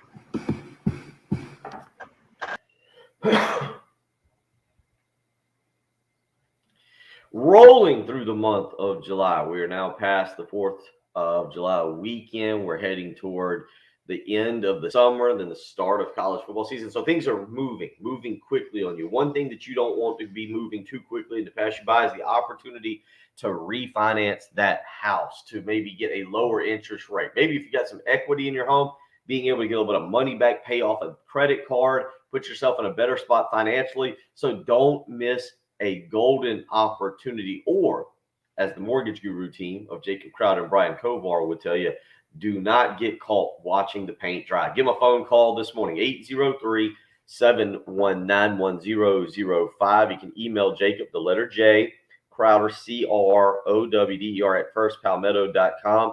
That's how you get in touch with them this morning. You can start the conversation.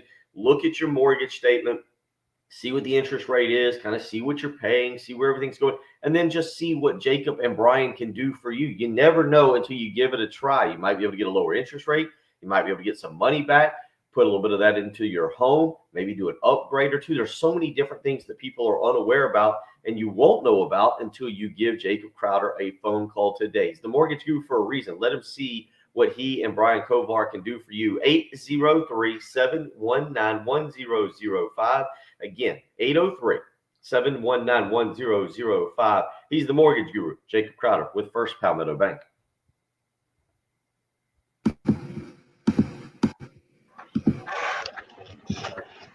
Probably could have.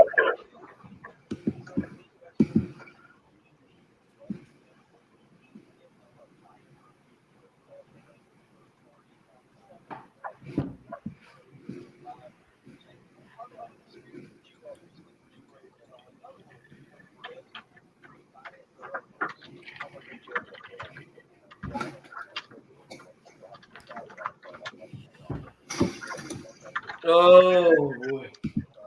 You see the last text in, or the second to last text in, you definitely changed the tone of those texts. And his bud sites. Yeah, I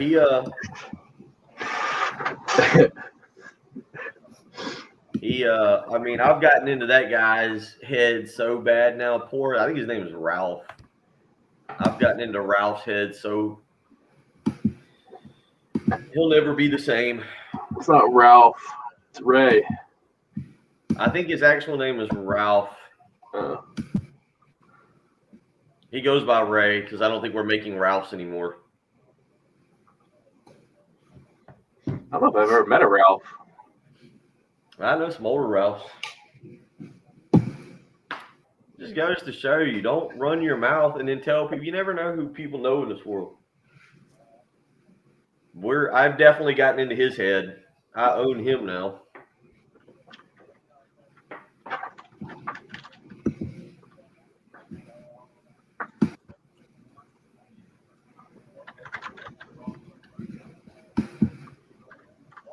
Yeah, I gotta admit, now we haven't really talked about. I don't know if I'm gonna be able to get into these finals.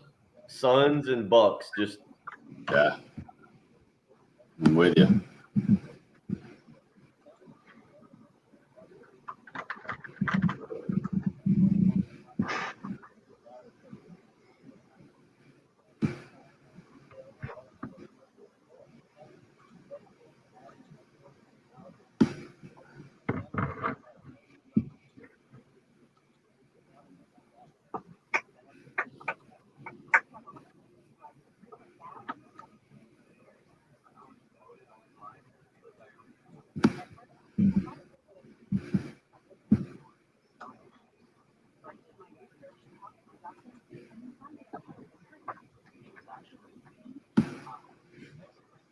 Two, three.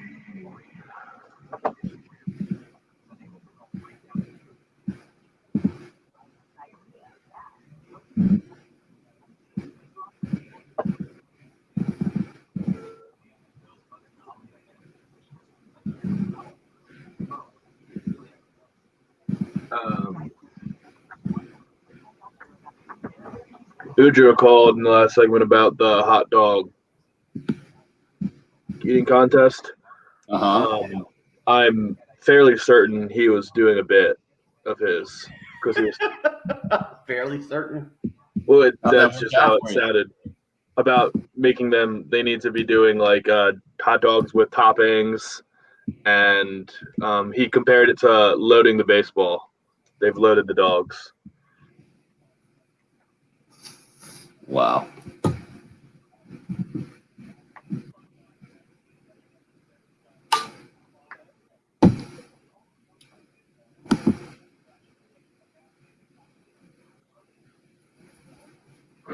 TJ's in on the Suns. Devin Booker. Yeah, that's what I was just saying. And then do they also have, is Torrey Craig on their roster too, or is he on the Bucks roster? I don't even know. No, Torrey Craig was a Buck, and now he's a Sun. So he'll get a ring. He'll get a ring either way. Wow. Oh, great. Falls, Torrey Craig, and then Chris Middleton representing as well, state of South Carolina. Yeah, Torrey Craig is the one person that's guaranteed to win a ring no matter what happens here. Good note. But yeah, Bill, I'm with you. Gonna take good games to keep me up watching any kind of NBA finals this week. Especially, I mean, I hate to say it, like I really want to watch. I'm having a hard time staying invested in the Stanley Cup because it's 3-1, and I know the Lightning are going to win at some point. Like, yeah, in a way, I was almost pulling for them to win last night to just go ahead and put this thing out of its misery. The mayor literally said, "Don't win it yet. Wait till we get a home game." You're up. 803-404-6100. If you would like to join, you can call or text like Eddie has done. Eddie says, Gamecock fans never think we're going to win the national championship every year. I've been a Gamecock for 49 years. My expectations, I found, are moved to the football gods. But he's just saying whatever he's thinking doesn't necessarily mean that that's how the season's going to turn out. I think expectations, though, for Gamecock football are important when it comes to the program in general. And I thought Gamecock fans, Bill, did an excellent job of being very realistic and patient with Will Muschamp until it became time for the program to progress. No, I shouldn't even say until. It just came to the point that the program needed to progress and the results weren't there. And to some degree, the Muschamp era was a bit of a product of its own success in that second year, surprising a lot of people and going 9-4, winning an Outback Bowl, where the Steve Spurrier era, you saw it take a lot longer than that to even get that far. That Gamecock fans only logically and rationally expected more to come. And when you saw the opposite happen, with the trajectory of the program and Will Muschamp's tenure at Florida, it was just a recipe for disaster, and that's what it turned out to be. So now the question is, all right, I'm reading Gene Sapakoff's article this morning in the Charleston Post and Courier, and he's talking about storylines going into the SEC Media Days that you mentioned, less than 2 weeks away now. 2 weeks from yesterday is when Shane Beamer is due up, and talking about, is this year's team a bowl-type team for the Gamecocks? And I think that is the reasonable expectation for almost any logical and rational Gamecock fan out there, is you get to 6 wins and go to a bowl game. If that happens, it's a pretty successful first year for Shane Beamer after the Gamecocks have lost 8 games in each of their last 2 seasons. Do you agree, Bill? Yeah, I mean, if you can get the 6 wins, that'd be pretty good. And obviously, if you find a way to somehow scratch out 7, nobody gets Coach of the Year for going 7-5, but that would be pretty special given what you're working with roster wise. 7 would also, I mean, that means you jump past a Kentucky. It means you either swept all 3, Kentucky, Tennessee, or Missouri, or you went 2-1 and pulled an upset, which I think Gamecock fans would love to see. And that upset, maybe you get Auburn and Florida at home. But yeah, 6 wins. If you can get to 6, man, that would be a huge step in the right direction. And so I bring that up just talking about expectations. And where this year's program is, along with the recruiting rankings that have shot all the way up to number 13 in Rivals and number 16 in 24/7 Sports composite rankings, and now have 15 commits verbally committed in public out there. There are no more secret welcome homes out there. And Bill, you mentioned, you kind of brought it up as a hypothetical, I think, just doing the numbers, and that you have a guy like Karan Prunty, the transfer in from Kansas, who's going to be able to play immediately here in 2021, and yet goes against the class of 2022 when it comes to recruiting and numbers. And you got maybe a couple of more guys in that boat. Do you have a final number on that? So 15 verbal commits taken up in this class of 2022, and how many guys is it that will count against them as well? Not to mention Prunty. I know Tyrese Ross will, which would take it to 23. I'm not sure if Carlins Platel does as well to take the 22, but I know that Ross and Prunty definitely do.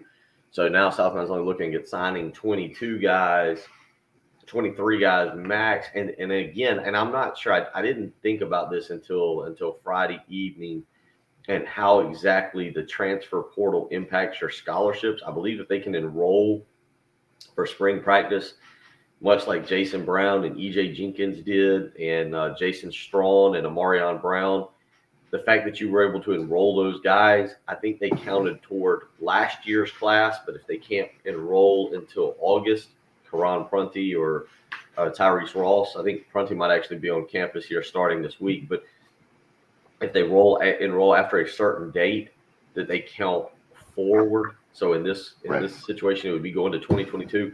So I mean, look, at the end of the day, you do that, and I don't know what you do if you're. This is an interesting question for now, the new era of building a college football program. If you're not already really set up to go out and recruit elite prospects year in, year out, South Carolina sits here with 15 commitments. You can only go to, let's say, age 23 right now. You can only go. So that leaves 8 spots. Do you say, hey, we're going to take 6 more, and then we're going to have 2 spots available for the transfer portal for immediate guy? You don't know who's going to go in that transfer portal next year in January, and how that could work out. South Carolina's looking for receivers, right? I know he didn't transfer this year, but let's say Jalen Hyatt up at Tennessee from here in Dutch Fork has a bad experience with Josh Heupel or doesn't like it in Tennessee and now wants to transfer back home. Would you take a Jalen Hyatt? Would you take a Jalen Hyatt versus another high school recruit, a kid who's played 2 years of college football? All I'm saying is I think there is a level for some coaches of trying to balance out and go, okay, we're going to take 20 high school kids, but then we're going to hold some spots open for the transfer portal, maybe to bring in an immediate a guy who can immediately help. I think that's going to be interesting, and those guys don't factor into your recruiting rankings. Again, my guess on this is going to end up being that South Carolina has a class in between number 25 and number 20 when it's all said and done. That's going to be about where Will Muschamp always recruited. That's about where Steve Spurrier was always at. I think Spurrier had one really good class, and then the class with Connor Shaw and Marcus Lattimore and Ace Sanders ended up being 34th nationally. So, it works both ways. But my guess is that South Carolina end up with a class right in between 25 and 20 with a few spots to take some transfers, a spot or two to take some transfers when we get back around to that in January, February. 803-404-6100. If you would like to join, you can call or text. Hope your 4th of July holiday went well. Glad you're spending your Tuesday morning with us on a shortened holiday week as we talk college football in July, which is just what we do. It's the early game. It's 107.5 The Game.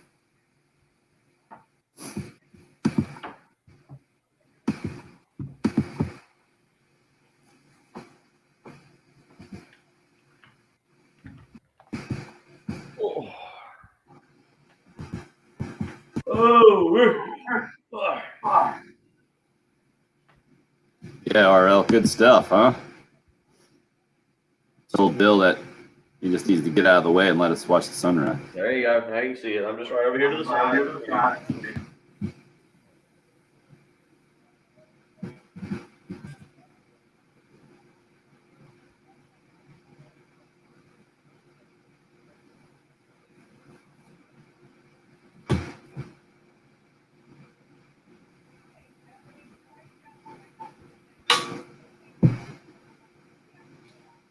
You got those traffic updates working for everybody else as well, the recorded ones? The old TXRE files, you've been doing those this morning too? Yeah, I just did one in the last segment. Great, thank you. And speaking of that, if you guys could send a note to Jen, maybe on Twitter at Jen Jensen Morris. Just her mom is not doing well right now health-wise. That's why she's not in this morning. Would appreciate any prayers and well wishes you could send her way.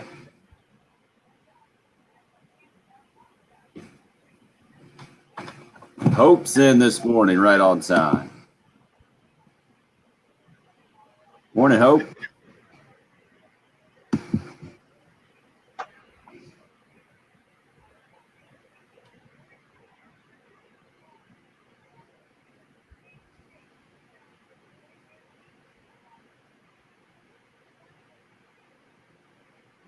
Thank you. Thanks for sending Shannon.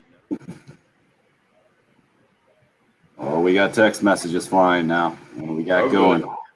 Secret conversation? No. Looks like I just got booted off somewhere. I need a secret authentication code to get back on. Oh, good. What is a great sound? Yep. Email didn't like.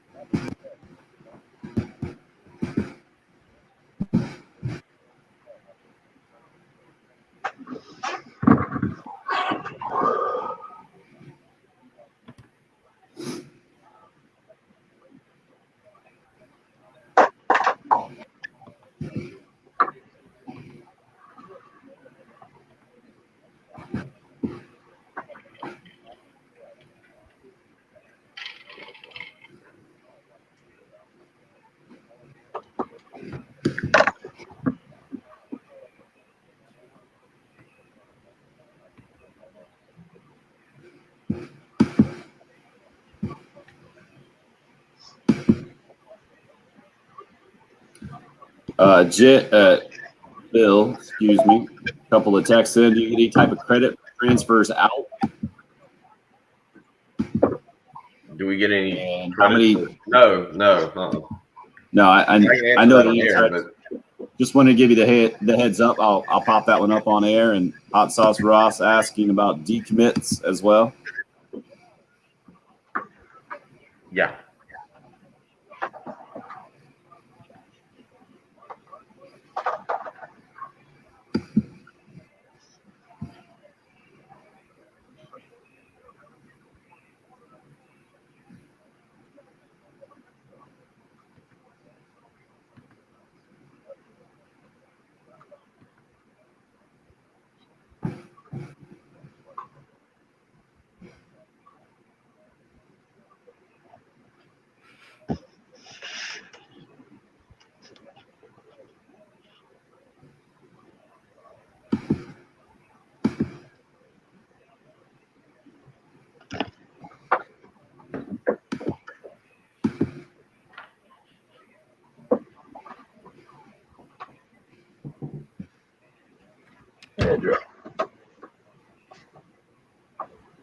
Love it when you guys basically do the show for us. Good morning, Trey says. Cool Care Heating and Air text line. The sun is shining. It's a short week, and the undisputed back-to-back World War champs are about to dominate the Olympics in 2 weeks.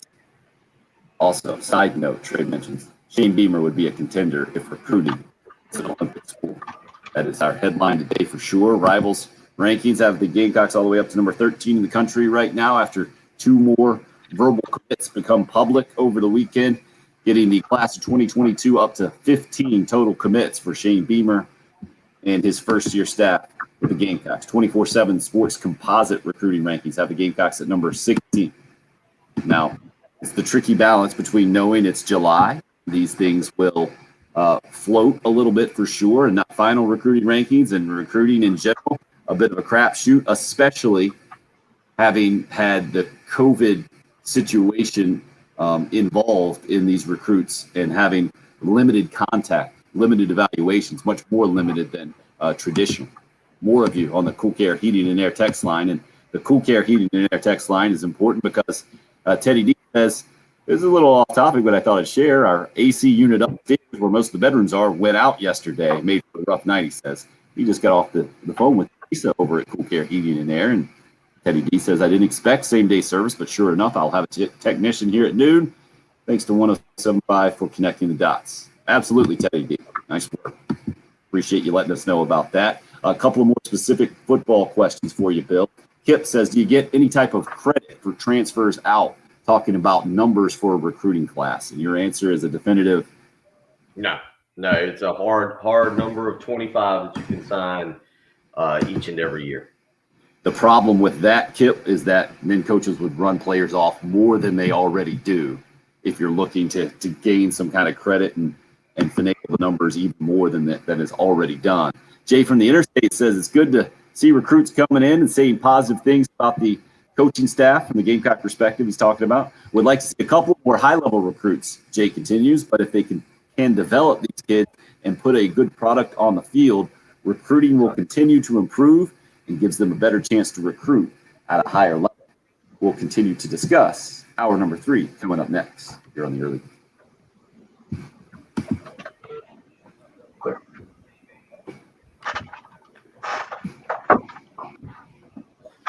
Oh,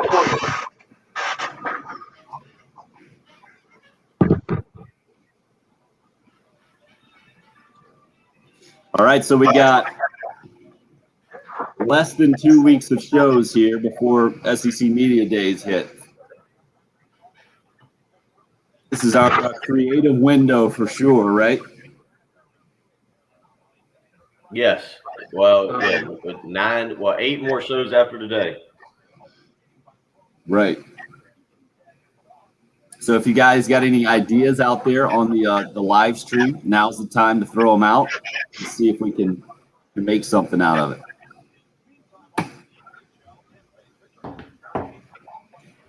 All right.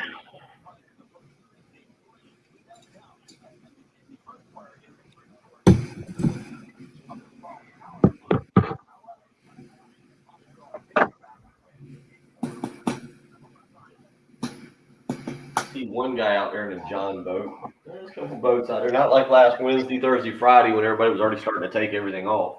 Right.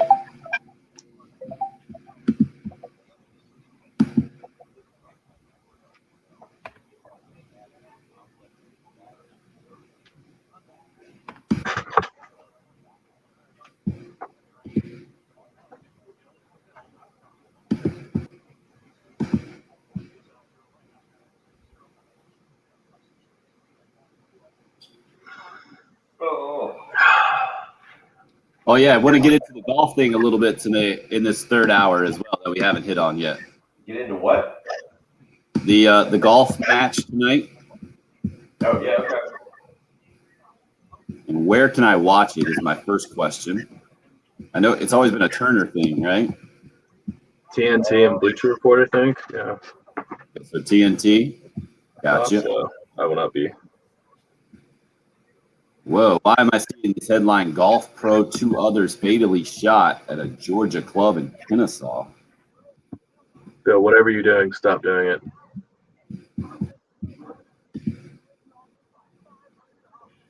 You just booted him off. What was going down?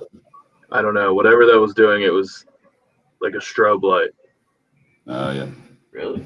Yeah, that. All right, calm down. You're blind people. That'll be tough. That's how we get tougher in this society. You guys seeing this? What was it? Golf Pro shot? The story came out on the 4th that Kennesaw, Georgia officers found an unresponsive man with an apparent gunshot near the 10th hole of the golf course, Pine Tree Country Club. He was an employee and golfer. Gee. And then 2 other dead men were discovered in a pickup truck that was on the green. Gunshot wounds. Whoa. A neighbor said he heard 5 or 6 booms go off and didn't know whether it was gunshots or fireworks. And it's on near the campus of Kennesaw State. That's insane. Yes. On the campus? Near.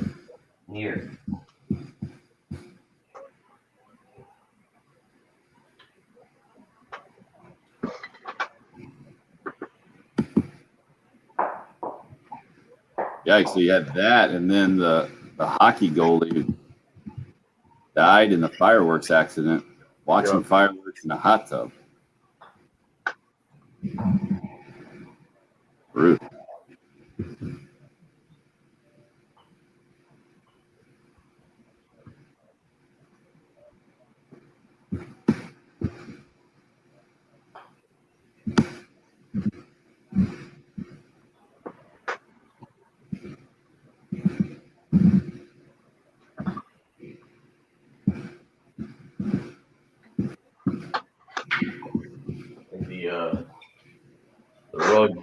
The rug puts slow.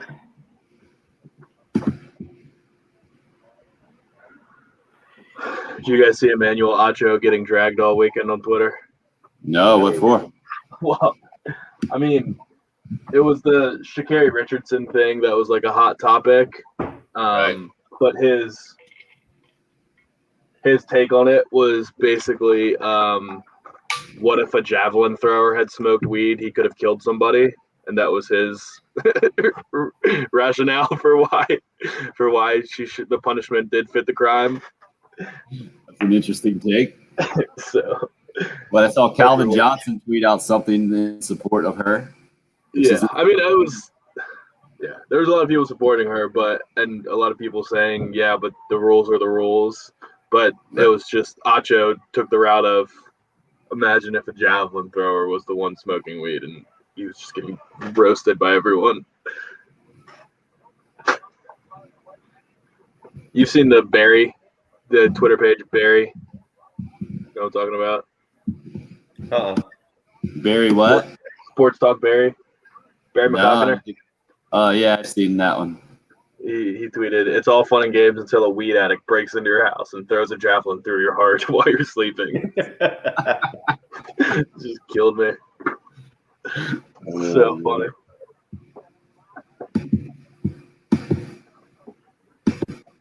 Oh man, looks like this tropical storm now is going to come right through Columbia.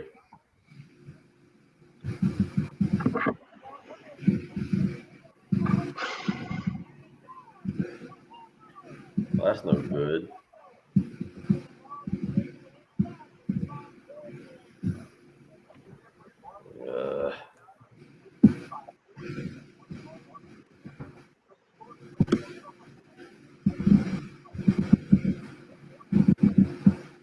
Oh, and it's gaining strength.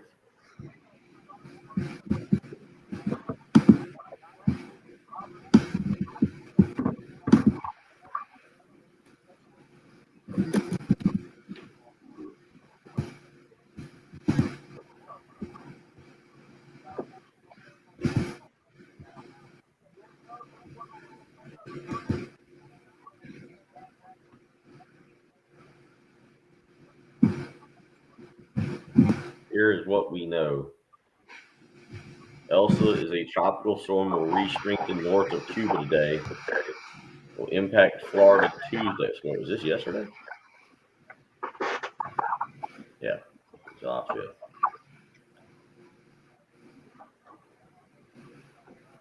Oh, did you guys see too? There have been a couple of endorsements for Gamecock football players. I didn't see that. Saw DeCarrion Joyner and who else did I see? I forget who else it was. Both of them signing on with a underwear company. Oh, well, of course. Like a run by NBA guys, I think. Sounds like they're coming back. Yeah.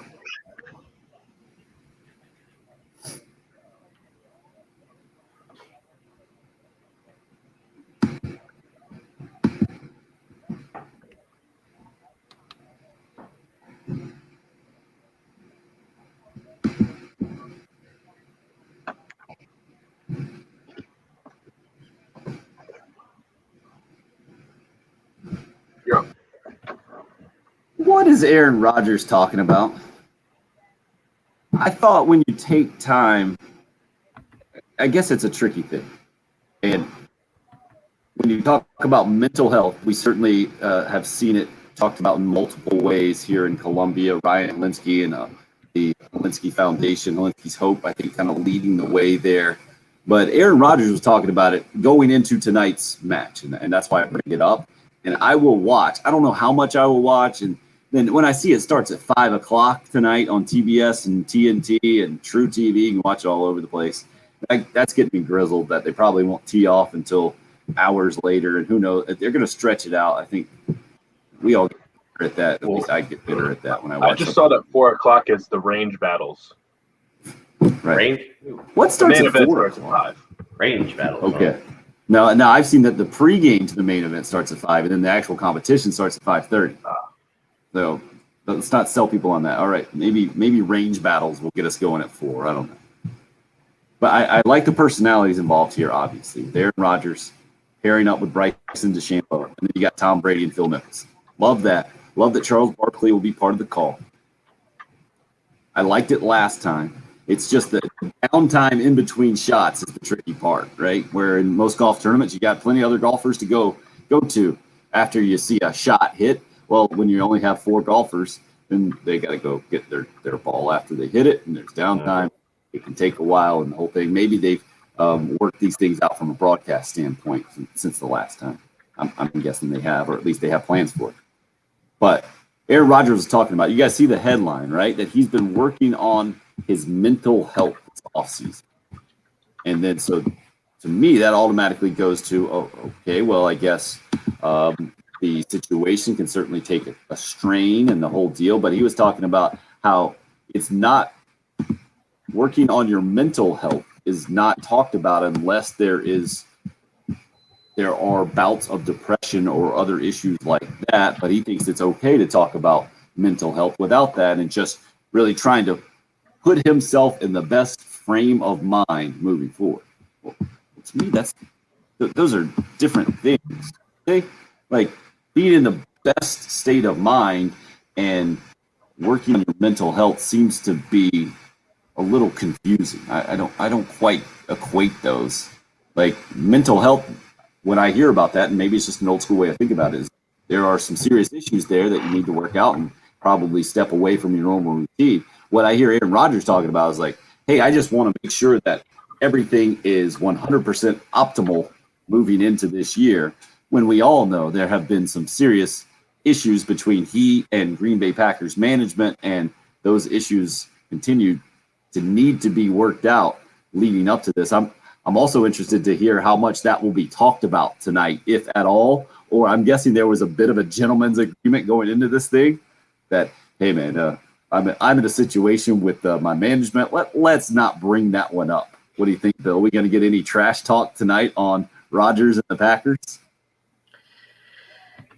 I can see Tom Brady. I don't see DeChambeau or Mickelson wanting to bring that up and go down that path. And even though DeChambeau's on his team, Tom Brady, on the other hand, strikes me as a guy who's not going to be afraid to maybe needle Aaron Rodgers just a tad to throw something out there. Because I'm not saying they're the exact same situation, but I feel like maybe at some point in the last day or two, when they've all been out there in Montana, I could see Rodgers and Brady sitting down over a drink and being like, man, how did you exactly feel, or how did you handle getting out of New England and dealing with the coach? Again, the problem is not with the coach for Aaron Rodgers, it's with management, but there's still a division between player and organization. And so I could see Tom Brady, who's just arrogant enough, or if he knows the right thing he can say on air to Aaron Rodgers without being over the line? And I guess they're friends. Patrick, you seem to always know more about this than we do. Are Rodgers and Brady? I don't I mean, think friends. I've never seen them hanging out, like maybe bumping into each other at the Kentucky Derby, because that's one thing they're always big on. But I've Right. never thought of them as friends. yeah, No, I don't think that they're buddy, but I mean, I also feel like there's enough of a mutual respect or something there that maybe Tom Brady knows of a line he can go up to and maybe just help Aaron Rodgers almost kind of make a smart comment that Rodgers will just kind of shake off. Like, I don't see Tom Brady doing anything malicious, or but you could see him kind of saying something kind of a little smart. Possibly out of frustration. Remember the last time that people were getting on Brady, he wasn't playing very well. And then he showed some genuine emotion, I think, when he chipped in from whatever it was, 150 yards out or something. So I could see a scenario, but I think Brady knows that Rodgers could just come right back at him, right, about something with the Patriots or Robert Kraft or something Bill Belichick related, and he would open himself up for that. So I hope we get – I love that they're mic'd up in this thing, and I liked it the last time a lot. I like the back and forth that we get. Peyton Manning, I thought, was really good. I would be interested to see tonight if this one can kind of live up to the expectation or go the next step, because you always got Charles Barkley in there kind of, I feel like, stirring the pot as well. Barkley's going to say something. Sure. But then what kind of reaction does it get? Because I always feel like there's a certain type of conversation that takes place while you're playing golf that wouldn't take place otherwise. That you can go to areas where you normally wouldn't go, and you just shake it right off and you hit the shot and you move on and the whole deal. And I feel like we do get a little bit of that. We have gotten that in the past. I don't know if DeChambeau is that guy, though. We know Mickelson definitely is. And I don't know if Aaron Rodgers is that guy either. That's what interests me the most, I think, going into this thing. Or I think if they turn out not to be those kind of guys, then it'll be that much more fun, because I feel like that's just lobbing softballs to Charles Barkley and Phil Mickelson and company tonight to make it that much more fun. I do think, again, that, I mean, I guess the question would be, I was going to say, I do think that Aaron Rodgers is not real concerned about what gets said toward it, as long as it doesn't bother his teammates. Like, if somebody's like, "Oh yeah, your wide receiver really let you down," but if somebody made a smart comment to him, or I can even see a scenario where he like, "Yeah, go ahead, Charles. You want to make a comment about the Packers and how they didn't support me or how they drafted someone else." Rodgers does strike me as the kind of guy who would be like, "Yeah, tee me up, set me up for a little, where I can make a little comment about that or brush it off." I feel like that there's probably some kind of setup there for, right? And you make a good point. Instead of it being Brady, it being Charles Barkley. Well, Brady's already been making the comments about not going for it on fourth down. Right. Basically roasting Matt LaFleur. But then, when Barkley gets involved too, he knows he's going to get the never having won a championship right back from Aaron Rodgers or Tom Brady too. That's what I love to hear. Like, I feel like that is as authentic as we get on television these days of how it might actually sound with these guys are playing. And that's kind of the allure to me, to feel like I'm part of a foursome of these guys where you get to hear some of the conversation. We'll see how it goes tonight. Certainly not our main topic of conversation today, with Gamecock football recruiting continuing to have some movement over the holiday weekend. 2 more recruits making their commitment known, verbally anyway, with the Gamecock class 2022 now up to 15 overall. Bill, I know we've touched on it already this morning, but as the resident recruiting nerd, can you give us the brief scouting report or the recruiting breakdown of the last 2 guys to join the class, both out of the state of Georgia? Yeah, the first one was on Saturday. Emory Floyd, a 6 foot, 190-pound defensive back. Probably will start out at cornerback for the Gamecocks, but could also play safety. I think, just talking with people, you get a young man, again, raw, has got to be developed a little bit, but chooses the Gamecocks really over an offer from Florida. Georgia had wanted him to camp maybe later and be able to look at him a little bit closer as well. young man with a lot of speed, and that's what South Carolina has to continue to add. They've got to get faster on the perimeter, and this is a young man that does bring that. But again, he's going to be a developmental player. He's going to be a guy that Torian Gray has got to coach up a little bit, and isn't going to be a guy who I think comes in as an instant starter, but is instead maybe spends a year trying to train, trying to learn, trying to find his best position, whether it's at cornerback or at safety. But 6 foot, 170 pounds there. Again, as you mentioned, out of Hillgrove High School in Powder Springs, Georgia. The other one, Felix Hickson, a 6'3", 290-pound defensive tackle out of Jackson, Georgia. Again, it's a guy that chooses South Carolina over offers. The main offers there being Virginia, Georgia Tech being the big two. I think Wisconsin was also involved to some extent. I know he took a visit there. So you beat them out. Look, we've seen defensive linemen come out of the state of Georgia, be a little under the radar and end up being very good players. But once again, I think that theme there, developmental, a guy that Jimmy Lindsey is going to have to coach up there. You're going to have to get him in the strength and conditioning program. But you like the size. You hope to get him over 300 pounds to be able to eat up some space in the interior. Again, it was a guy that Georgia had not offered, but at least wanted to come and camp and see how he performed and just how good he was. Instead, he elects to go ahead and commit to South Carolina. But I think that the narrative of them both are good players. There's nothing wrong with them. But there's still going to be a level of coaching that has to take place. Neither are guys that I look at and say, oh, that guy's coming in immediately and is altering the secondary or altering the defensive line. They're not instant impact guys. They're guys that Jimmy Lindsey on the defensive line and Torian Gray in the secondary are going to have to work with, develop a little bit, and get the most out of their skills. But that is kind of the crux of the issue with South Carolina football right now, right? I mean, it's kind of been like that for a long, long time, where that's the success stories, right? You mentioned the recruiting class that Connor Shaw was a part of. Connor Shaw would be kind of the poster child of that kind of reputation, right? Not an overwhelmingly highly sought after high school recruiting prospect, and then becomes the all-time winningest Carolina quarterback in his college career. And another state of Georgia guy, like we've seen a bunch of Gamecocks, George Rogers, throw him in there if you want to go way back there, or plenty more examples through the years where you got guys coming across the border.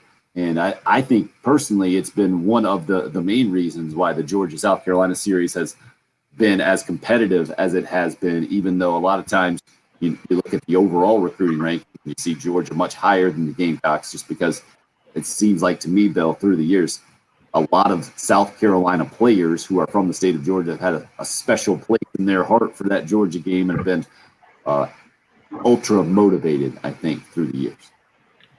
Yeah, I mean, they are. You can always go into the state of Georgia. I agree with what you're saying about the Georgia game in particular, but I think you can always go into the state of Georgia and find some under the radar. I mean, you look at Eric Norwood as a guy that came in and obviously turned out to be pretty good. Sterling Sharp is another guy that was from the state of Georgia. I think came as a running back or something else and ended up redshirting, developing into a good player. You know, you do have to find those, and that's where South Carolina's at in terms of recruiting. You have to find some guys that are going to need development. DJ Swearinger and Devin Taylor are going to be the two that instantly come to my mind when we talk about guys that helped transform the South Carolina program under Steve Spurrier. Swearinger was a good recruit. He wasn't some elite recruit that was expected to come in and make an instant impact. Obviously, he'd been committed to Tennessee, who under Philip Fulmer did a good job with recruiting. But you were able to keep Swearinger from going to Tennessee. He flips and comes to South Carolina. And, you know, we all know about DJ Swearinger. Now, Devin Taylor was a raw athlete down there in Beaufort. 6'7", was about 250 pounds. You know, South Carolina beat Virginia Tech for him. I mean, Virginia Tech, again, under Frank Beamer, known as a good recruiting school, maybe not an elite one, but South Carolina does it. And then Brad Long's able to develop him. You know, you have a guy like Shaq Wilson, who's now back on staff at South Carolina, who goes on to be a very good linebacker for South Carolina, but wasn't considered the most highly rated linebacker coming out of the Jacksonville area. But you had Ellis Johnson coach him up and get the most out of his ability there at the linebacker position. And that's where South Carolina's at right now. You've got to have You got to get some good ball players. You can't take you can't take some lower level players and hope they pan out. You got to get some guys with some potential, with some upside. But then there's no doubt that right now for South Carolina to get where they want to be, it's a lot about coaching right now. It's a lot about getting these guys on campus, getting them in the strength and conditioning program, and then coaching them up and getting the return on investment 2 or 3 years down the line. That's also a part of Shane Beamer's makeup that I think works really well with him being the head coach of South Carolina, because it's a tricky balance, right? And we always kind of label coaches one thing or another. Either they're recruiters, they're X's and O's guys, they're CEO types. In reality, you got to be some of all of these things to be a successful college football coach. And to have heard Shane Beamer recently, right before spring practice, I think it was, come out and he kept us updated pretty frequently from press conferences. But I remember specifically him admitting, he's like, oh man, I'm really looking forward to actually getting on the field. I feel like I've had the cell phone attached to my ear, and knowing that he's really strong in the recruiting area, obviously. And not just that, but not just relating to players, relating to their parents, relating to fans, boosters, administration, whatever that you have to deal with from that standpoint. But also now that you're talking about, it's getting close to, we're in the middle of talking season, and we'll have SEC media days soon. But a month from now, we'll be back on the field and getting after it. And that's where Shane Beamer and this coaching staff will start to separate themselves one way or another, start to get the program back in the positive direction or not. And just getting that feel from Shane Beamer, like that is actually the bread and butter of this job, that you have to make it happen on the field. And I get that sense from him about how he really looks forward to that. And that's where it's going to tell the tale with his coaching staff as well, especially these coordinators who have plenty to prove, in Marcus Satterfield on the offensive side and Clayton White doing it for the first time at an SEC level on the defensive side. To me, that's something that you can't replicate and will be especially unique to this season, Bill, doing it for the first time and laying the foundation for the Shane Beamer Carolina program. Yeah, once you get, I think, either get a lot easier or a lot more difficult. You go out there, this year, and let's say you get to 6 wins, you get to 7, you get to 6 wins, you go to a bowl game, you get those extra practices. But if you show that kind of improvement, and then kids see how the offense looks, and remember, Luke Doty is technically a freshman. He gets this year back, and if Luke Doty makes progress as a freshman, it makes it a little bit easier on Marcus Satterfield trying to recruit quarterbacks. Maybe it gives you a guy that wide receivers want to come play with and get excited about, being around. So there are things that we will learn about this team or learn about these coaches as we go through the year. But again, it all starts, and you get really 8 quarters, Eastern Illinois and East Carolina, to build momentum, to gain confidence, to kind of work some kinks out. And then you get that Georgia game. And then to me, you get the big one. You get the really big one, the Kentucky game here at Williams-Brice Stadium. Again, I think the record for it speaks for itself. I don't know the last time these two teams played during the day. So you've got to assume that that's going to be a night game on the SEC network. But that's the one. You win that game, and I think then you start talking about what is the potential for this year, that Kentucky game. You lose that game, you're sitting there at 2-2. You're really fighting and scratching to be able to win a few games in October before going down that gauntlet when you get to November. 803-404-6100. If you would like to join the conversation, you can call or text. It's the early game. It's 107.5 to get. Clear.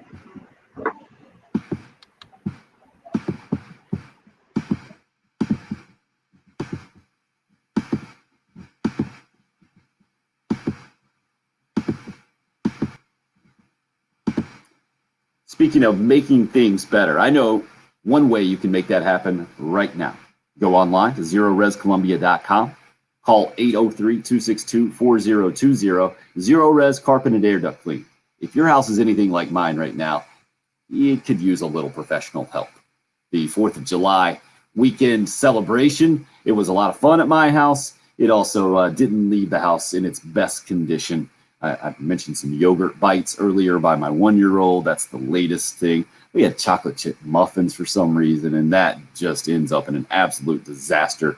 Maybe not need for a professional to come out, but if you have pets, if you have some specific stains, maybe red wine was flowing this weekend or something like that, let the pros at Zero Res Carpet and Air Duct Cleaning come out and do what they've done at my house. They've cleaned my carpets, they cleaned an area rug for me, freshened up the tiles in both the kitchen and bathroom. Great results, which is what I expected from the pros like Zero Res. What I didn't expect was to feel good about their specific process. It's a patented powered water system. You can learn all those details on the website at zerorescolumbia.com. What I needed to know, no harsh chemicals involved in the process, no problems with my kids being on the floors right after they were cleaned. That made me feel good about Zero Res coming out to my house. Also, it made the house feel good, that fresh, clean feeling. Get that at your house and do it with a great deal as well. 3 rooms of carpet clean, only $119 plus a free hallway. When you mention me, Tim Hill. That's zerorescolumbia.com, 803-262-4020. Zero Res. Spell it backwards or forwards. It's the right way to clean.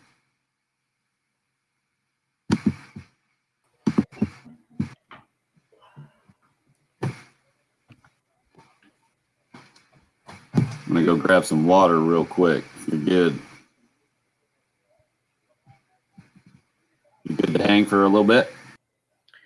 Yeah, a guy was telling me on Twitter he did not like my statement that if we lose to Kentucky, we're 2-2. Take that. Just go ahead. Go ahead and say this. Well,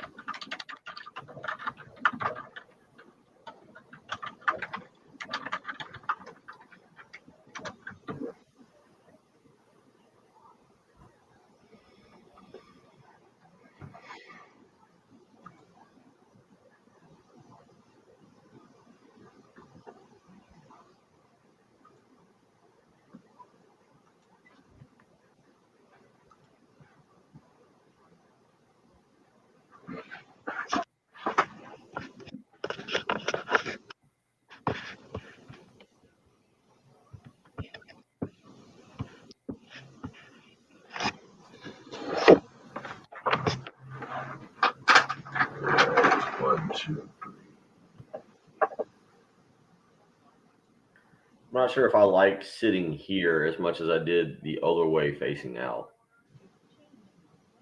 facing the water. Yeah. I mean, that's a better view for you. Definitely a better view for me.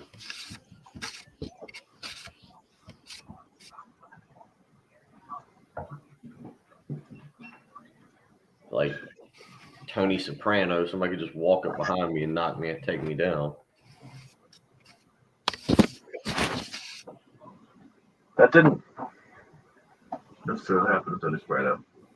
Do what? That didn't necessarily happen to Tony Soprano. Oh, you're a believer that that's not what happened?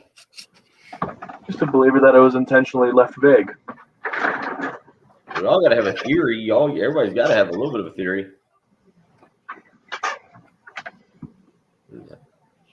Clean the computer off. Yeah, the cat. You never know that little cat thing comes wandering out of nowhere.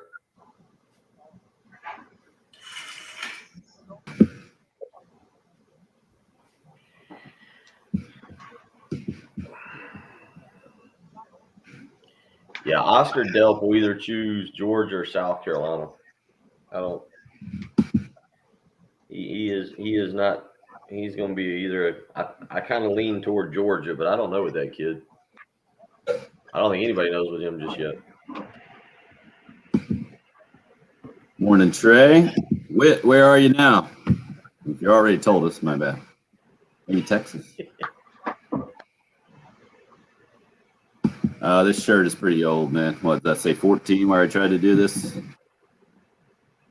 I would not describe myself as a runner.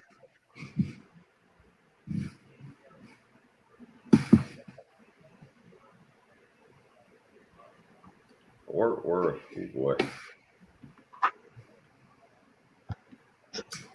Yeah, I thought that might have been Texas. My bad, Whit. Fort Worth's not a bad spot.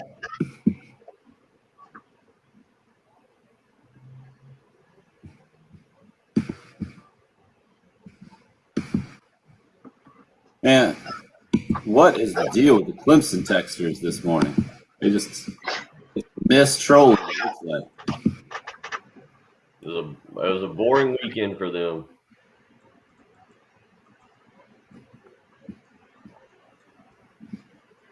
Boring weekend.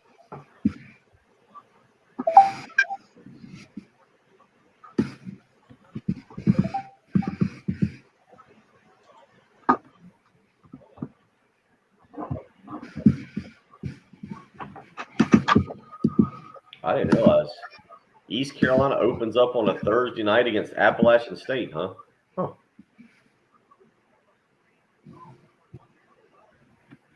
Home game? Yeah, in Greenville. ESPNU.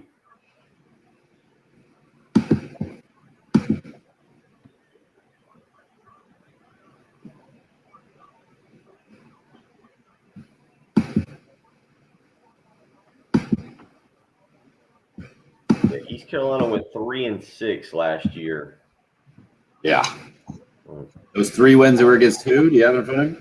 SMU, Temple, and South Florida.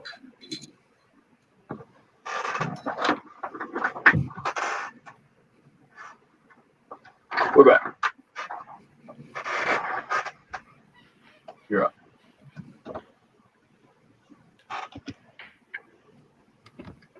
NBA Finals tip off tonight. The match 4 goes before that. I guess that makes sense from the television viewing standpoint, especially that Turner is involved. That TNT, TBS, and True TV will start 4 o'clock today. Is that what you said, Patrick? Where the range battles begin?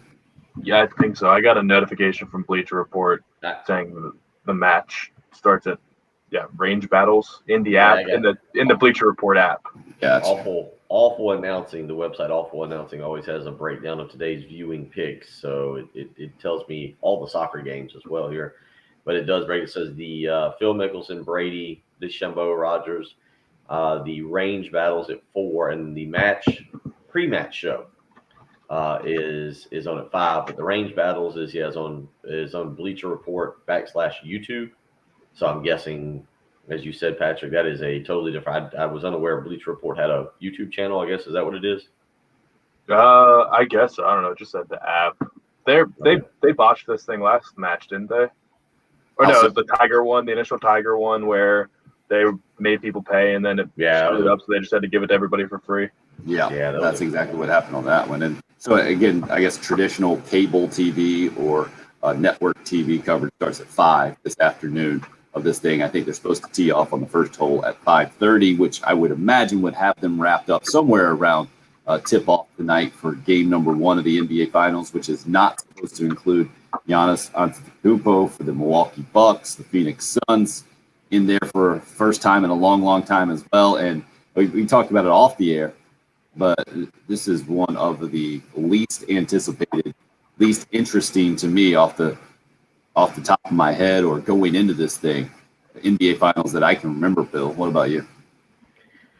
Yeah, and that's unfortunate. Just because it's 2 different teams, it's brand new blood. You don't have LeBron in it. You don't, and I do like Steph Curry, but you don't have Golden State in it.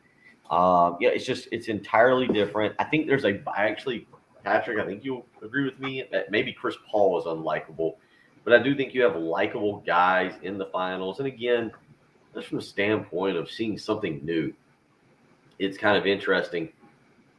but I don't know if you could have picked two more bland teams. I mean, the Suns are kind of fun to watch. They run up and down and shoot the ball, but yeah, I don't know if this will. I would venture a guess it will be one of the lowest rated finals of all time when But the numbers come in. I don't even think it's the teams. I think it's the cities. Yeah. Like if Giannis was the star player of the Los Angeles Lakers and Chris Paul was the point guard of the Knicks and Devin Booker, like that would be a totally different story. But True. I mean, Giannis is a huge story. I mean, he was a multi-time MVP and everybody kept saying he can't do it in the playoffs. All he does is rack up stats because he can't stretch the floor. So once everything gets congested in playoff time and people start playing defense, he can't get it done. So if he wins, that'll be a huge story and it'll completely change the narrative on him and people will look at him differently. And then on the Phoenix side, Chris Paul is easily one of the 10 best, arguably one of the 5 best point guards of all time, that one of the greatest players to not win a ring, one of the great players of his generation, and finally has his chance to do it on the big stage. Devin Booker ready to take the jump from young, a lot of potential to legitimate superstar. Like the actual basketball storylines are pretty quality in this finals, but nobody really cares because there's no link to either of these teams, and neither of them have been historically successful. Neither of them have a championship, or does Milwaukee have a championship in a different city? Is that what it was? Or they've never won anything? I can't remember. That was the Hawks, I think. Oh, the Hawks, yeah. Yeah. Also, you throw in that Giannis probably won't play tonight because of the hyperextended. Apparently, there has been good progress. So I think we'll see him this series, but I doubt we'll see him tonight. That's part of it as well. To me, this is going to be an NBA Finals that has to play its way into relevance. You have to have good games and good storylines. Devin Booker has to kind of show up and be incredible and make some big time shots. And you got to have competitive games. That's the main thing for me in the NBA. That's why some days I'll come in here and say, "Man, did you guys see that game last night? Trae Young and Giannis and Chris Middleton and the whole thing." And then most of the time we'll come in here and be like, "There's no need to talk about that. Oh, there's nothing to talk about. It was not competitive." And there have been too many of those in the NBA for me, even in the playoffs, to keep them relevant or to hook me into this series. Maybe a couple of games that go back and forth or go down to the wire or interesting storylines or the whole thing. We'll see if it can bring me in. Right now, I am on the outside looking into this NBA Finals, and the burden of proof's on them as opposed to the other way around. We'll see how it goes. A couple of South Carolina connections that might bring you in. Chris Middleton, who I mentioned down from Charleston, a tremendous player for the Milwaukee Bucks, who has been kind of hot or cold, has been the best player on the planet one game and then just can't hit anything the next game a lot of times. And then, Patrick, you had a great note about Torrey Craig from Great Falls. Yeah, Torrey Craig is the only player so far that's guaranteed to win a ring because he started off the season with Milwaukee, and whatever the amount of time or games played with that team, he's played them. So if they were to win, he would win with them, but he's now a member of the Phoenix Suns, so he will, of course, get a ring if he wins with Phoenix. So already got the ring locked up. Can get his hand measured. Good place to be. Here's the other part about this finals is there's a lot of people. We're not the only ones that get up and do the 6 a.m. morning show. There's a lot of people who join us on the live stream or send text messages in. So there's a lot of people out there that can get up early. What is your investment for staying up till 9 o'clock to watch tip-off? Like if it was LeBron versus Steph Curry, then maybe you go, okay, I'm going to get a nap today. I'm going to try, I'll try to make it. Like just off the jump of having a 9 p.m. tip.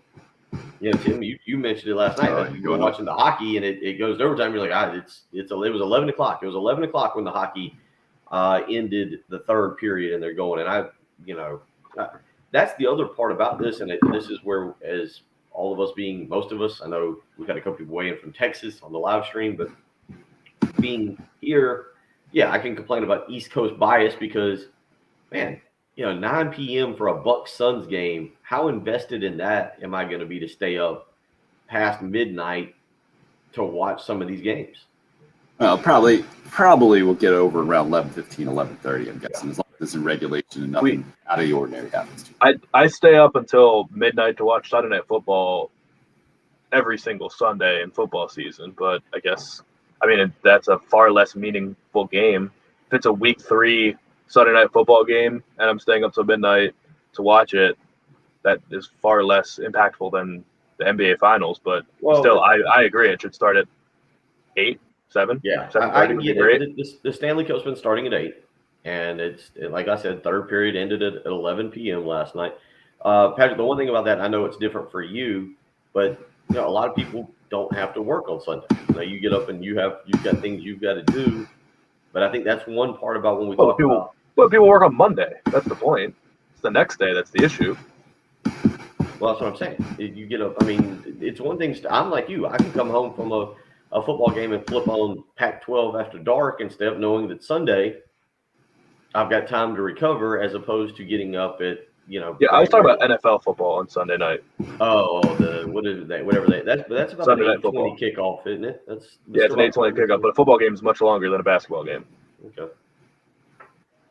So I think there is around the country, Patrick, to your point, you don't have the big markets involved in this thing. You don't have the big time superstars that we typically gotten, one of them being LeBron James, who's just been a staple in the NBA Finals, and people would stay up, the LeBron fans would stay up to watch him, the LeBron haters would stay up to kind of hate watch it.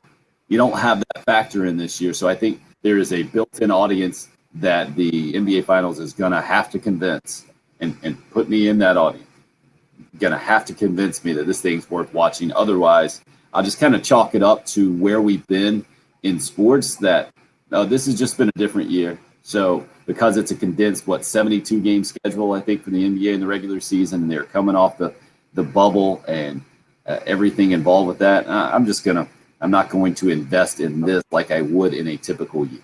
What could even happen to make you want to watch it before a Game 7? Because obviously just the Game 7 will make anyone want to watch it because it's a do or die game. But, I mean, what are we talking, like 100 combined points between Booker, Paul, Giannis, and Middleton? Well, do we just need them all to go off every night? If Giannis played tonight and played the majority of the minutes, first of all, I'm invested, because he's showing something that we're not expecting. He's doubtful going into tonight. And then if you get Devin Booker at his best, Chris Middleton at his best, those guys going back and forth from distance, that would be interesting, with Chris Paul involved as well, playing at a high level or doing something dirty that he typically does in the playoffs, and some controversy like that will draw me in. There's an opportunity there. I just feel like the percentage is really low this NBA Finals on the eve of it or going into it, as opposed to some other. It's interesting.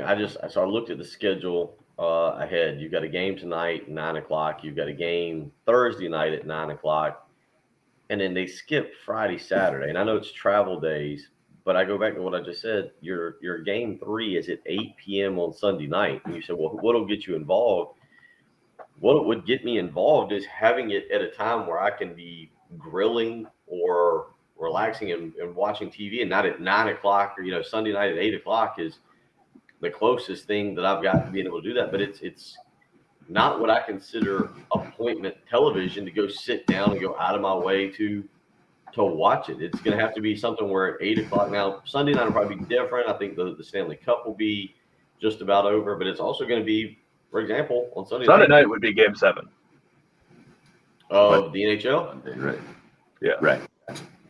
Well, then if there's a Game 7 in the NHL versus Game 3 in the NBA, nobody's watching the NBA. Right. Okay. I didn't realize that's the schedule they've got in place. But the bottom line is, it's going to be hard for me to sit down. I will catch some of it. I'm not that old just yet. I will be awake at 9 p.m. tonight, so I'm not saying that I'm going to completely ignore it. But yeah, sitting down and going out of my way to stay up for it. I mean, it would have to be some kind of ridiculous performance that you're like, man, I'm watching this because I want to say that I saw it as it's happening. And some strange and tragic stories to keep you up to date on over the holiday weekend. We'll give you the details on that when we come back, and also revisit the conversation that has been our main topic today about Gamecock football, in number 13, all the way up to number 13 in the latest Rivals recruiting rankings, number 16 to 24/7 Sports, 15 commits now for Shane Beamer and his coaching staff in their first year for the class of 2022. It's the early game here on 107.5 The Game.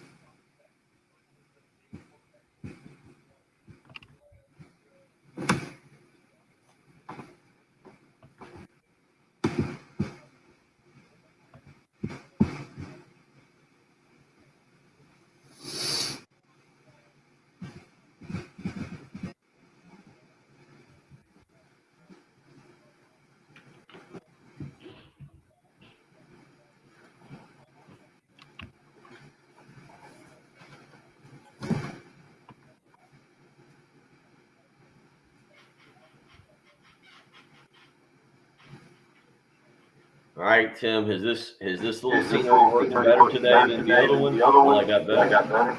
What's that? You like this scenery better? Oh, money, man. I mean, this is what I would use as an example of why going back to the old studio schedule full time is overrated. Oh, I will totally agree with that. Let me get something to see if I can clean off the computer screen a little bit dirty.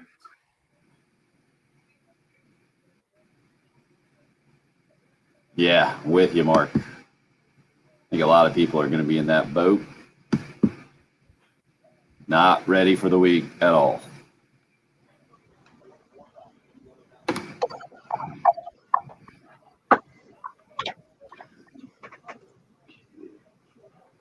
So, Patrick, remind me to ask you a question about the computer when we're done with the live stream, please. Okay. I was just impressed that you were in as early as you were, ready for the week. I don't think everybody's going to be quite that way. Well, I have to be in here before 5:30 because I was not given the right skimmer thing, so I have to be here to record the CBS thing. We'll try to get that changed for you. Thanks for doing that, man. Well, Ed sent it to me, and it's just wrong, and I said, this doesn't work, and he never responded. So Sounds about right. Ray says those walking tours are going to be a resource for him today. Yeah. Got him going with that. Yeah, hope just wait until everybody starts getting the word out that this live stream's happening. Sure, all kinds of shenanigans going to end up going on behind Bill.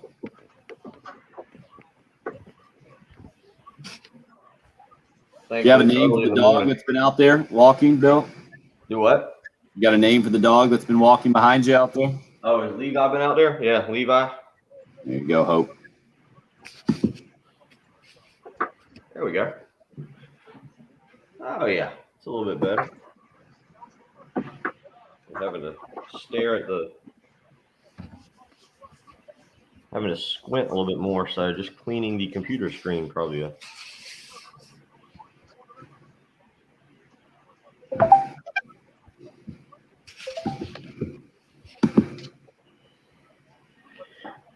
So the dog has been, yeah. Okay, well, good. Yeah, Levi's out.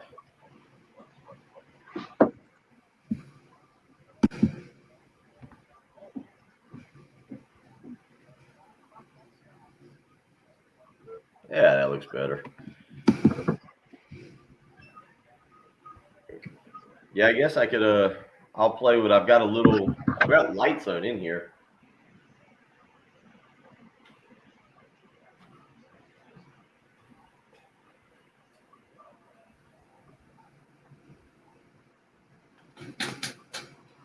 I highly doubt that changed anything in terms of, yeah, can't really. didn't even notice that anything happened.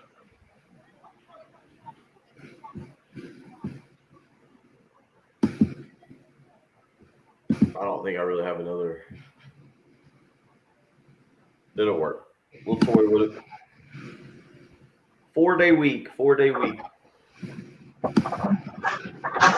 Was anybody else like really confused on Sunday that Sunday was the 4th and not the 3rd? It just seemed like so many things were happening on the 3rd.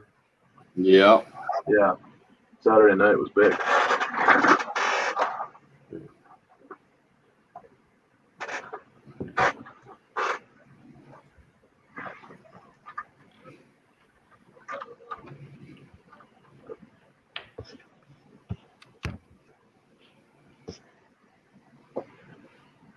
You're up.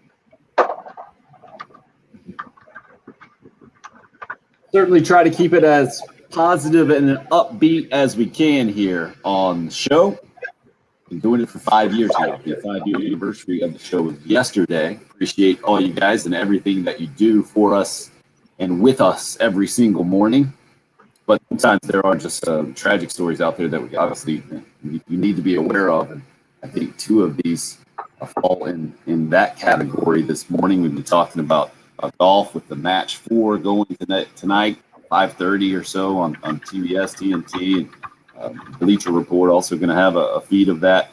but a terrible story out of the Atlanta area where near Kennesaw State University, there's a Pine Tree Country Club where they found the club pro there is what I'm seeing on the headline, but at least an employee shot and killed, and then 2 other people shot and killed in the back of a pickup that was on a green or right near the 10th green or something like that. Terrible story there, terrible news. And then the headlining story that I saw out of the weekend in a lot of ways, the Columbus Blue Jackets goalie was killed in a fireworks accident as he was sitting in a hot tub watching fireworks. Style fireworks got tilted and shot at him and others, and he ended up dying of it. Matisse Pavliniaks is how I will try to pronounce it, but a guy who didn't start a lot of games for Columbus, but a young guy not from our country, but from I'm trying to look exactly the country where he's from, and starred kind of internationally, Latvia. Unfortunately passed away, and a tragic story for sure. And another reason, I guess, for us to appreciate where we are and kind of seize the day mentality. That's where my brain kind of fast forwards to after reading tragic stories like that and hearing of them. But just wanted to pass that along this morning. Certainly notable stories and terrible news from over the weekend for sure. Tonight, the match 4 will headline my viewing for sure. I'm much more excited to watch that, as we were talking about the NBA Finals and how I'm not very excited about that tip-off tonight at 9 o'clock. But it can live up to what we saw last time. I love Phil Mickelson in this situation. I like Peyton Manning. We'll see if Aaron Rodgers can kind of keep that tradition going or can kind of carry his own, because Rodgers is an interesting guy, but I'm hopeful that on the golf course, Bill, he can kind of keep up that back and forth, and he's a really smart guy. I'm hoping we'll see how witty he can be and how good-natured he can be. And then I think the real wild card in all of this is Bryson DeChambeau, right? What kind of personality is your boy Bryson going to show tonight, and how sensitive will he be with any kind of ribbing that comes his way? Yeah, we talked about Aaron Rodgers and didn't even think about Bryson DeChambeau. And does anybody kind of throw some shade his way? Somebody was mentioning earlier that maybe a few Brooksies get tossed at him while they're playing. DeChambeau's got the weird situation now where over the weekend he split ways with his caddy. Right. Didn't make the cut there at the Rocket Mortgage. Kind of a weird weekend in golf too, because you had the situation with Phil Mickelson. So you get both calling of out those the guys. columnist. Yeah, you get kind of a weird. I mean, it's Weird almost timing like for both those guys, right? yeah, it's almost like the 2 football players are the ones who are going to have the most fun here, showing up and kind of goofing around with the professionals. But yeah, the issue with Mickelson and then DeChambeau breaking up with his caddy, which, I mean, sounded kind of strange, to be quite honest. The way that it was worded, it reminded me of middle school relationships that I've been in, where we're not together right now, but we're not really separated. We're just going to take some time apart, and we might meet each other here in the lunchroom later and hash things out. So the timing as well, that it happened right before the event. It seemed to be like a bit of a flare up and then an emotional breakup. I'm with you on that, and we'll see how he responds to it. And to me, that's what I'm most interested in tonight, is because I still can't wrap my mind around my entire opinion on Bryson DeChambeau. Really good golfer. A guy that hits it far in golf is usually great for the game of golf, right? But there's just been something about him that continually rubs me the wrong way, and I think a lot of people the wrong way. I guess it's maybe an expectation of what he. I think it might be some kind of. It's what Koepka's problem is with him. It's never Brooks. It's never DeChambeau's fault. That was the complaint, right? Like it's like he never. When he hits a bad shot, it's like, oh, I hit a great shot. The fairway just wasn't big enough. Yeah, like right. That's. I can't believe they mowed the green like that and they didn't. It bounced and go. What it is, a lack of accountability, or I don't know. Maybe I can figure it out tonight while I'm watching. That'll be one of my What was goals. it? What was it he said a couple weeks ago? He shot like the 76. He's like, well, I didn't play bad. I mean, I played worse. It's not like I played bad. And you're like, well, dude, you just shot a 76. Right. What is it then? It's going to be fascinating to watch, I think, on several levels. I'm hoping that they broadcast it in a way to keep our attention going, and especially in between shots. That's we'll see some personality, but we'll see. Patrick, you're not a golf guy. Any interest in watching tonight? Not really. The big thing today is Spain and Italy in the semifinals of the Euros. 3 o'clock. It's gonna be a monster. Yeah. Is it Tomorrow three? England will play in the semis, and those games have been unbelievable. Their fans are going nuts. But yeah, Italy Spain's gonna be an awesome matchup. Two powerhouses. What time? 3 o'clock. Okay, so the last hour of the halftime show, if they sound a little distracted today, you know it, that Jay Phillips will have an eye on that one for you. And apparently Patrick was auditioning here in the last minute to be the halftime show producer. That's what I heard. It's an enormous match. Semifinals of the Euros. It's huge. Yeah, Italy, Spain. I'm in. Cricket's huge, too. We're not talking about that. Thanks for listening to the early game here on 107.5. Clear.